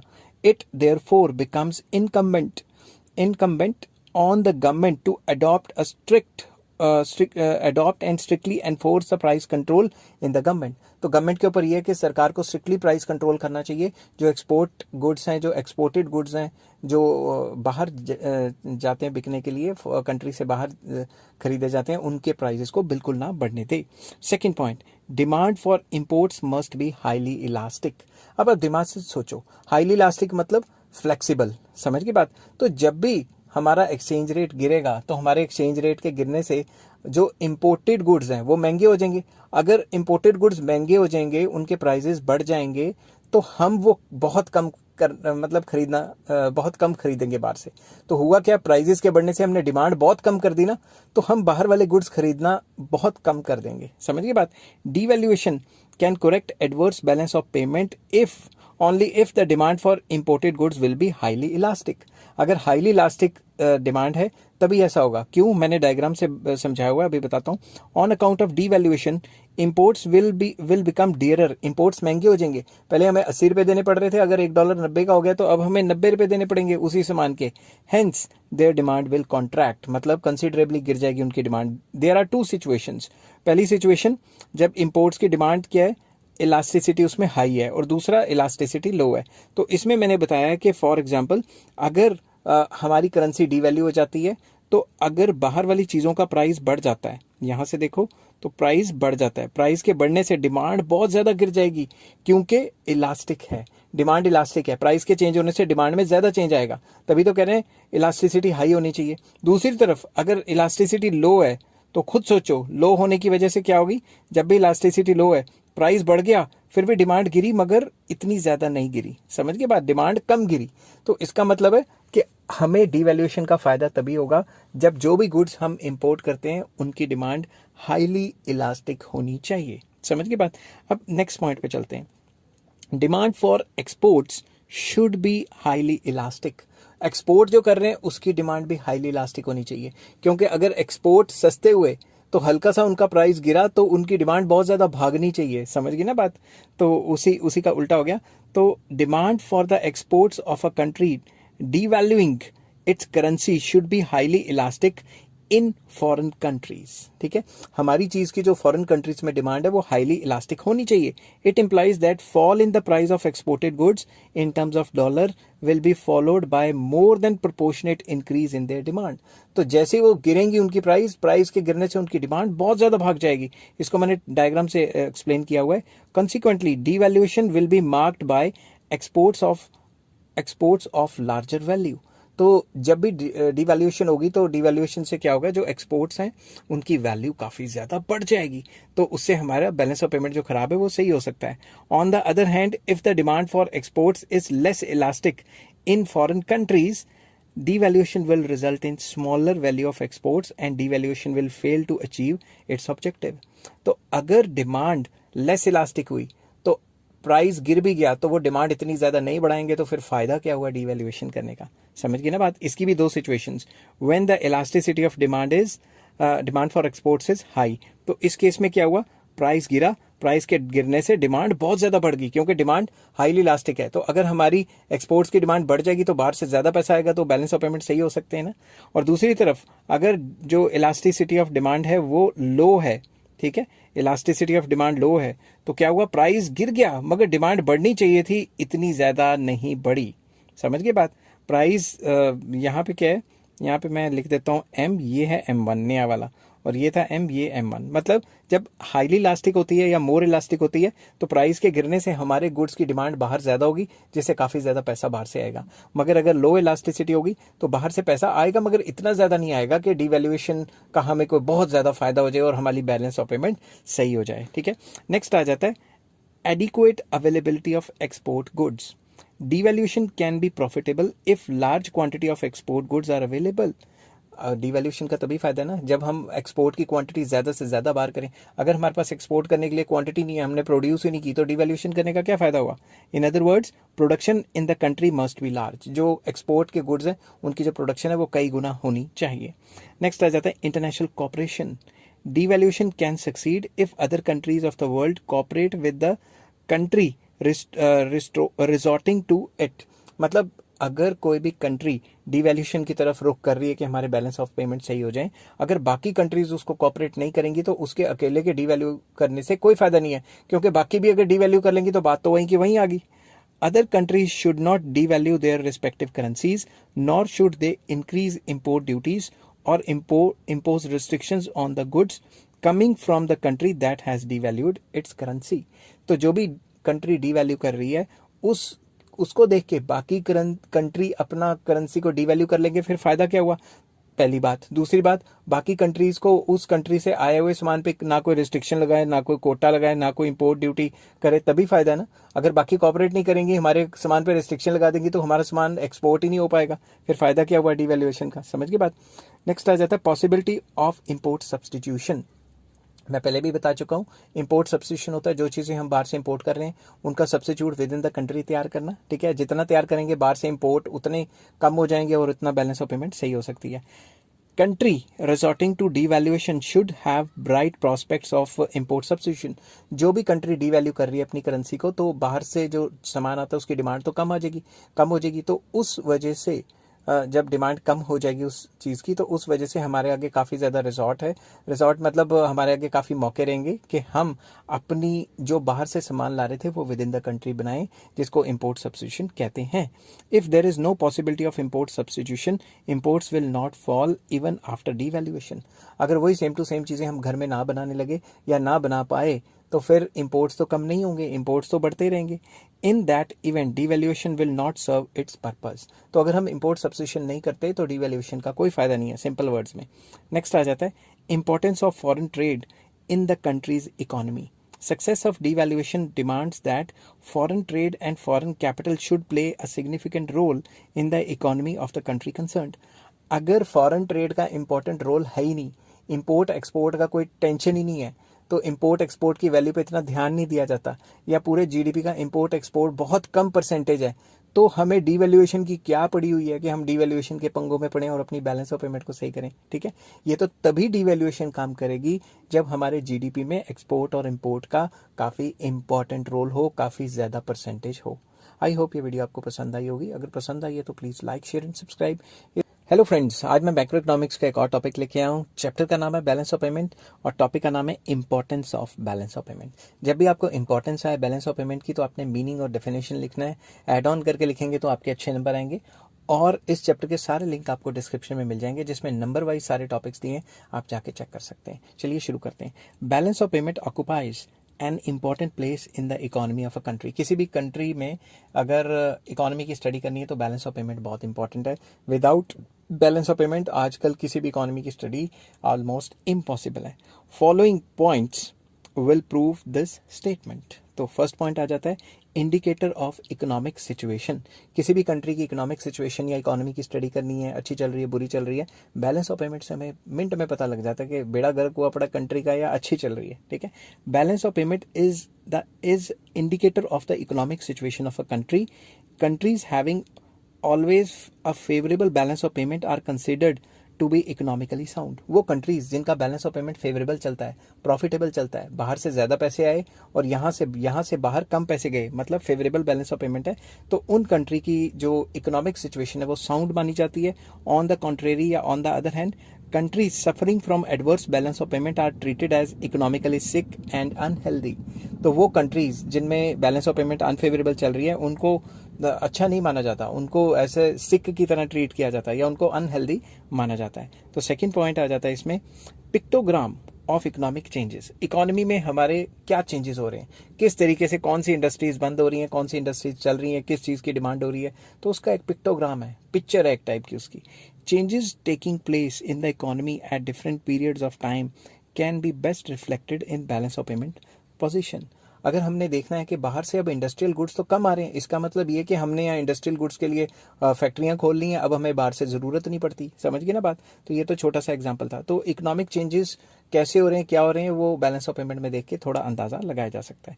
नेक्स्ट है इंडिकेटर ऑफ फॉरेन डिपेंडेंसी। अगर बाहर से काफ़ी लोन्स वगैरह आए हुए हैं, बैलेंस ऑफ पेमेंट में दिख रहा है, तो हमें पता लग जाएगा कि ये कंट्री फॉरेन कंट्री पे डिपेंडेंट है एक टाइप की। Balance of payment is an indicator of the extent to which a country is dependent on the other countries. एक कंट्री बाकी कंट्रीज पे किस तरीके से डिपेंडेंट है, ये कौन दिखाता है हमें? Balance of payment. अगर ज़्यादा कर्जा आया हुआ है बाहर से तो डिपेंडेंट ही हुई ना। नेक्स्ट आ जाता है knowledge about the foreign receipts and payments। A country's total receipts and payments are known from its balance of payment. Balance of payment से पता लग जाता है कि एक कंट्री के पास बाहर से कितने पैसे आए, किस तरीके से आए, गुड्स बेच के कितने आए, सर्विसेज बेच के कितने आए, लोन से कितने आए, एफडीआई से कितने आए, एफआईआई से कितने आए, सारी रिसीट्स के बारे में डिटेल नॉलेज हो जाती है। नॉलेज ऑफ फॉरेन इन्वेस्टमेंट, वही बात जो मैं ऊपर कर रहा था। Again it is the balance of payment that tells us about the amount of income earned by the foreigners on their investment in the country। Balance of payment ही हमें बताएगी कि बाहर से इन्वेस्टर इतने पैसे लेके आया था और इतने पैसे को इतने बना के इतने वापस ले गया, कि इन्वेस्टर ने कितना कमाया उससे। Likewise the amount of income earned by the country on it's total investment, कि अगर किसी कंट्री ने अपनी इन्वेस्टमेंट बाहर की तो बाहर से कमा के कितने वापस लेके आए अपने कंट्री में। समझ गए ना बात? तो ये सारा का सारा जो फॉरेन इन्वेस्टमेंट या हम फॉरेन में इन्वेस्टमेंट करें तो उससे कितना रिटर्न आए, या फॉरेनर्स ने हमारे यहाँ इन्वेस्टमेंट की और कितना अपने कंट्री में वापस ले गए, इनका पूरा हिसाब किताब पता लग जाता है। ठीक है, next indicator of foreign trade. The study of balance of payment tells us about the state of foreign trade in a country. Balance of payment पूरे ट्रेड का कच्चा चिट्ठा हमारे सामने खोल देता है कि भाई ये चीज़ें बाहर से एक्सपोर्ट करते हैं, इम्पोर्ट करते हैं। ठीक है, चीज़ें, goods and services. A country formulates it's foreign trade policy on the basis of this knowledge. तो अगर किसी भी कंट्री ने, अगर कोई ministers, concern ministers, foreign ministers जो ट्रेड के बारे में पॉलिसीज़ वगैरह बनाते हैं, वो इन बैलेंस ऑफ पेमेंट स्टेटमेंट्स को या इन बैलेंस ऑफ पेमेंट की पोजीशंस को इग्नोर नहीं कर पाएंगे। ठीक है ना? तो कोई भी पॉलिसी बनानी है तो बैलेंस ऑफ पेमेंट की स्टडी करना बहुत इंपॉर्टेंट है। Helpful in national planning. Statistics related to balance of payment provides useful information for planning. जब भी प्लानिंग डिपार्टमेंट प्लान्स बना रहा होता है, जैसे इंडिया में नीति आयोग है, अलग अलग कंट्री में जो भी प्लानिंग डिपार्टमेंट है वो प्लान बना रहे हैं, तो वो ये देखते हैं कि अगले 5 सालों में हमारी कंट्री ये चीज़ें इंपोर्ट करता है और ये चीज़ें हमने विद इन द कंट्री कैसे बनानी है, और ये चीज़ें हम एक्सपोर्ट कर रहे हैं तो इससे ज़्यादा चीज़ें एक्सपोर्ट कैसे करनी है। Next, determinant of national economic policy. Balance of payment makes an important contribution to the formulation of national economic policy. ये तो वही पॉइंट हो गया घुमा फिरा के कि बैलेंस ऑफ पेमेंट बहुत इंपॉर्टेंट है, कंट्रीब्यूट करती है देश की पॉलिसी बनाने के लिए। Sometimes it is on the basis of balance of payment that fundamental and structural changes are introduced in the economic policies of the country. Balance of payment की वजह से ही, उन्हीं को स्टडी करके कई बार रेवोल्यूशनरी आइडियाज़ लेके जाए जाते हैं, जिसके अंदर इंपोर्ट सब्सटीट्यूशन या एक्सपोर्ट प्रमोशन किया जाता है कि जो चीज़ें बाहर से आ रही हैं, मिनिस्टर्स देखते हैं ये चीज़ें तो बाहर से बहुत ज़्यादा आ रही हैं, इनका कोई ऑल्टरनेटिव निकालते हैं, या फिर ये चीज़ें तो और एक्सपोर्ट हो रही हैं बाहर, हम इससे भी अच्छा कर सकते हैं, तो ऐसी पॉलिसीज़ निकालेंगे जैसे एक्सपोर्ट प्रमोशन करेंगे। समझ गए ना बात। Helpful for international financial organisations. It is on the basis of balance of payment position that international financial institutions determine the amount of financial assistance to be given to a country, as IMF has done in case of India. India को IMF ने बहुत loan दिया है, तो जो international institutions हैं, IMF या world bank, जब भी वो किसी कंट्री को लोन देते हैं तो वो स्टडी करते हैं कि उसकी बैलेंस ऑफ पेमेंट एडवर्स तो नहीं चल रही। अगर एडवर्स चल रही है तो उस कंट्री को सर्वाइव करवाने के लिए, ताकि उसमें इकोनॉमिक कंडीशंस बद से बदतर ना हो जाएं, उसके लिए वो लोन्स प्रोवाइड करती हैं। तो बैलेंस ऑफ पेमेंट स्टेटमेंट्स जो हैं वही एक मतलब इम्पॉर्टेंट डॉक्यूमेंट्स होते हैं जिससे इंटरनेशनल फाइनेंशियल ऑर्गेनाइजेशन हमें लोन्स दे पाती है। हेलो फ्रेंड्स, आज मैं आपके साथ मैक्रो इकोनॉमिक्स का एक और टॉपिक लेके आया हूँ। चैप्टर का नाम है बैलेंस ऑफ पेमेंट, टॉपिक का नाम है current account deficit. Current account deficit क्या होता है, इसको शुरू करने से पहले बता दूं कि इस चैप्टर के सारे लिंक आपको डिस्क्रिप्शन में मिल जाएंगे। अगर आप नंबर वाइज देखेंगे तो बैलेंस ऑफ पेमेंट का चैप्टर दोबारा ना किसी और चैनल में आपको ढूंढना पड़ेगा और ना ही आपका मन करेगा ढूंढने का, क्योंकि पॉज कर करके साथ के साथ नोट्स बन जाएंगे, फिर आपको परेशानी कभी आएगी नहीं। चलिए शुरू करते हैं। Deficit in the current account of balance of payment of a country implies total expenditure of a country exceeds its total receipts, so that there is a capital inflow. There is a capital inflow in terms of loans from abroad. मैं दोबारा आपको बता रहा हूँ कि दोबारा बताता हूँ।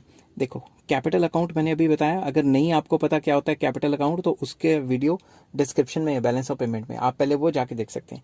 जब भी कैपिटल अकाउंट में डेफिसिट आता है, डेफिसिट मतलब जो बाहर पैसा गया है, जो हमारी पेमेंट्स हुई हैं, पेमेंट्स, ठीक है, जो हमारी पेमेंट्स हुई हैं वो क्या है, ज़्यादा, ठीक है, और जो हमारी रिसीट्स हैं, रिसीट्स जो पैसा आया है वो क्या है, कम, तो हमें क्या होगा, हमें होगा लॉस। समझ गए बात। अब इस लॉस को पूरा करने के लिए, करंट अकाउंट में लॉस होता है तो आपको पता है ना, बैलेंस ऑफ पेमेंट तो हमेशा बैलेंस ही शो करनी होती है। उस चक्कर में इस लॉस को खत्म करने के लिए, पूरा करने के लिए कैपिटल अकाउंट से पैसा जनरेट करना पड़ता है।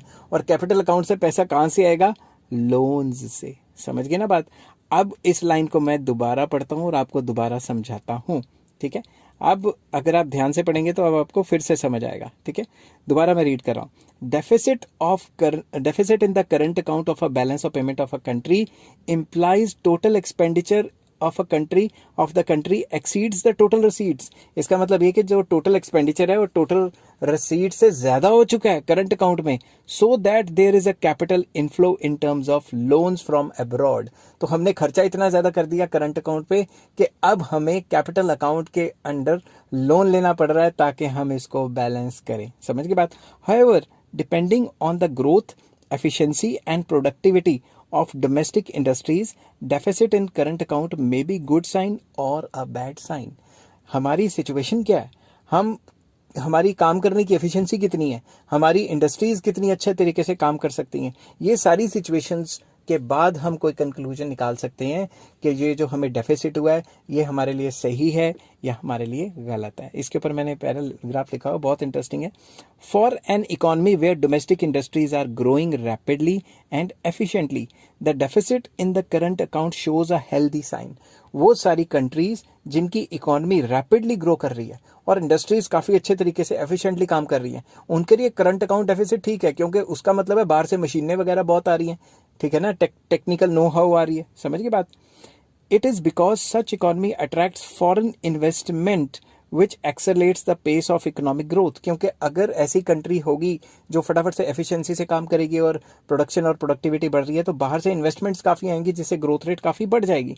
Hair the capital account surplus meaningfully adjust the current account deficit. तो बाहर से जब दबादब इन्वेस्टमेंट्स आ रही होंगी तो कैपिटल अकाउंट में जो फालतू का पैसा आ जाएगा उससे हम करंट अकाउंट के डेफिसिट को बराबर कर सकते हैं, ठीक है ना, हम उसको एडजस्ट कर सकते हैं। But for the economies where domestic industries are inefficient, deficit in the current account balance is not a good sign। मगर वो कंट्रीज जहाँ इंडस्ट्रीज एफिशिएंट नहीं है, और एफिशिएंसी क्या है, पूरे देश की प्रोडक्टिविटी नहीं है, पूरा कंट्री काम नहीं कर रहा, कुछ वेला बैठा, ठीक है, तो ऐसी जगह पे अगर balance of payment current account के अंदर नुकसान होता है तो ये अच्छा साइन नहीं माना जाता। Excess of domestic spending over domestic output creates trade deficit which is often met through external borrowings. तो इस केस में क्या होता है, बोरोइंग्स ली जाती हैं, खर्चा ज़्यादा, हमारा आमदनी है नहीं बाहर से इतनी, तो हमारे पास डॉलर तो खत्म हो जाएंगे, तो ऐसे सिचुएशन में बाहर से कर्जा पकड़ा जाता है। Capital account surplus with increase capital account surplus with increased external borrowings for consumption purpose would only drag the economy आना था, would only drag the prospects of growth and development of the country। ठीक है, तो लिखने में कभी कभी speed में कुछ लिखा जाता है, कोई आ जाता है फिर उससे बात शुरू हो जाए तो फिर दिमाग से निकल जाता है हम क्या लिख रहे थे, कैसे लिख रहे थे, ठीक है। तो यहाँ पे ये बताया गया है कि अगर बाहर से हमारे एक्सपोर्ट जो है वो कम है, इंपोर्ट ज़्यादा है, हमें डेफिसिट पहले ही हो रहा है और हमारा देश भी तरक्की नहीं कर रहा, तो बाहर से कोई इन्वेस्टमेंट्स तो आएंगी नहीं, तो कैपिटल अकाउंट भी लॉस में होगा, तो हमें कैपिटल अकाउंट के थ्रू लोन्स बाहर से मंगवाने पड़ेंगे ताकि हम जो है करंट अकाउंट के डेफिसिट को पूरा कर सकें। इससे क्या होगा, हम डेट ट्रैप, कर्जे के जाल में फंस जाएंगे और कर्जे को चुकाते फिरेंगे फिर विद रेट ऑफ इंटरेस्ट, तो हमारी इकॉनमी बद से बदतर हालत में जाती रहेगी।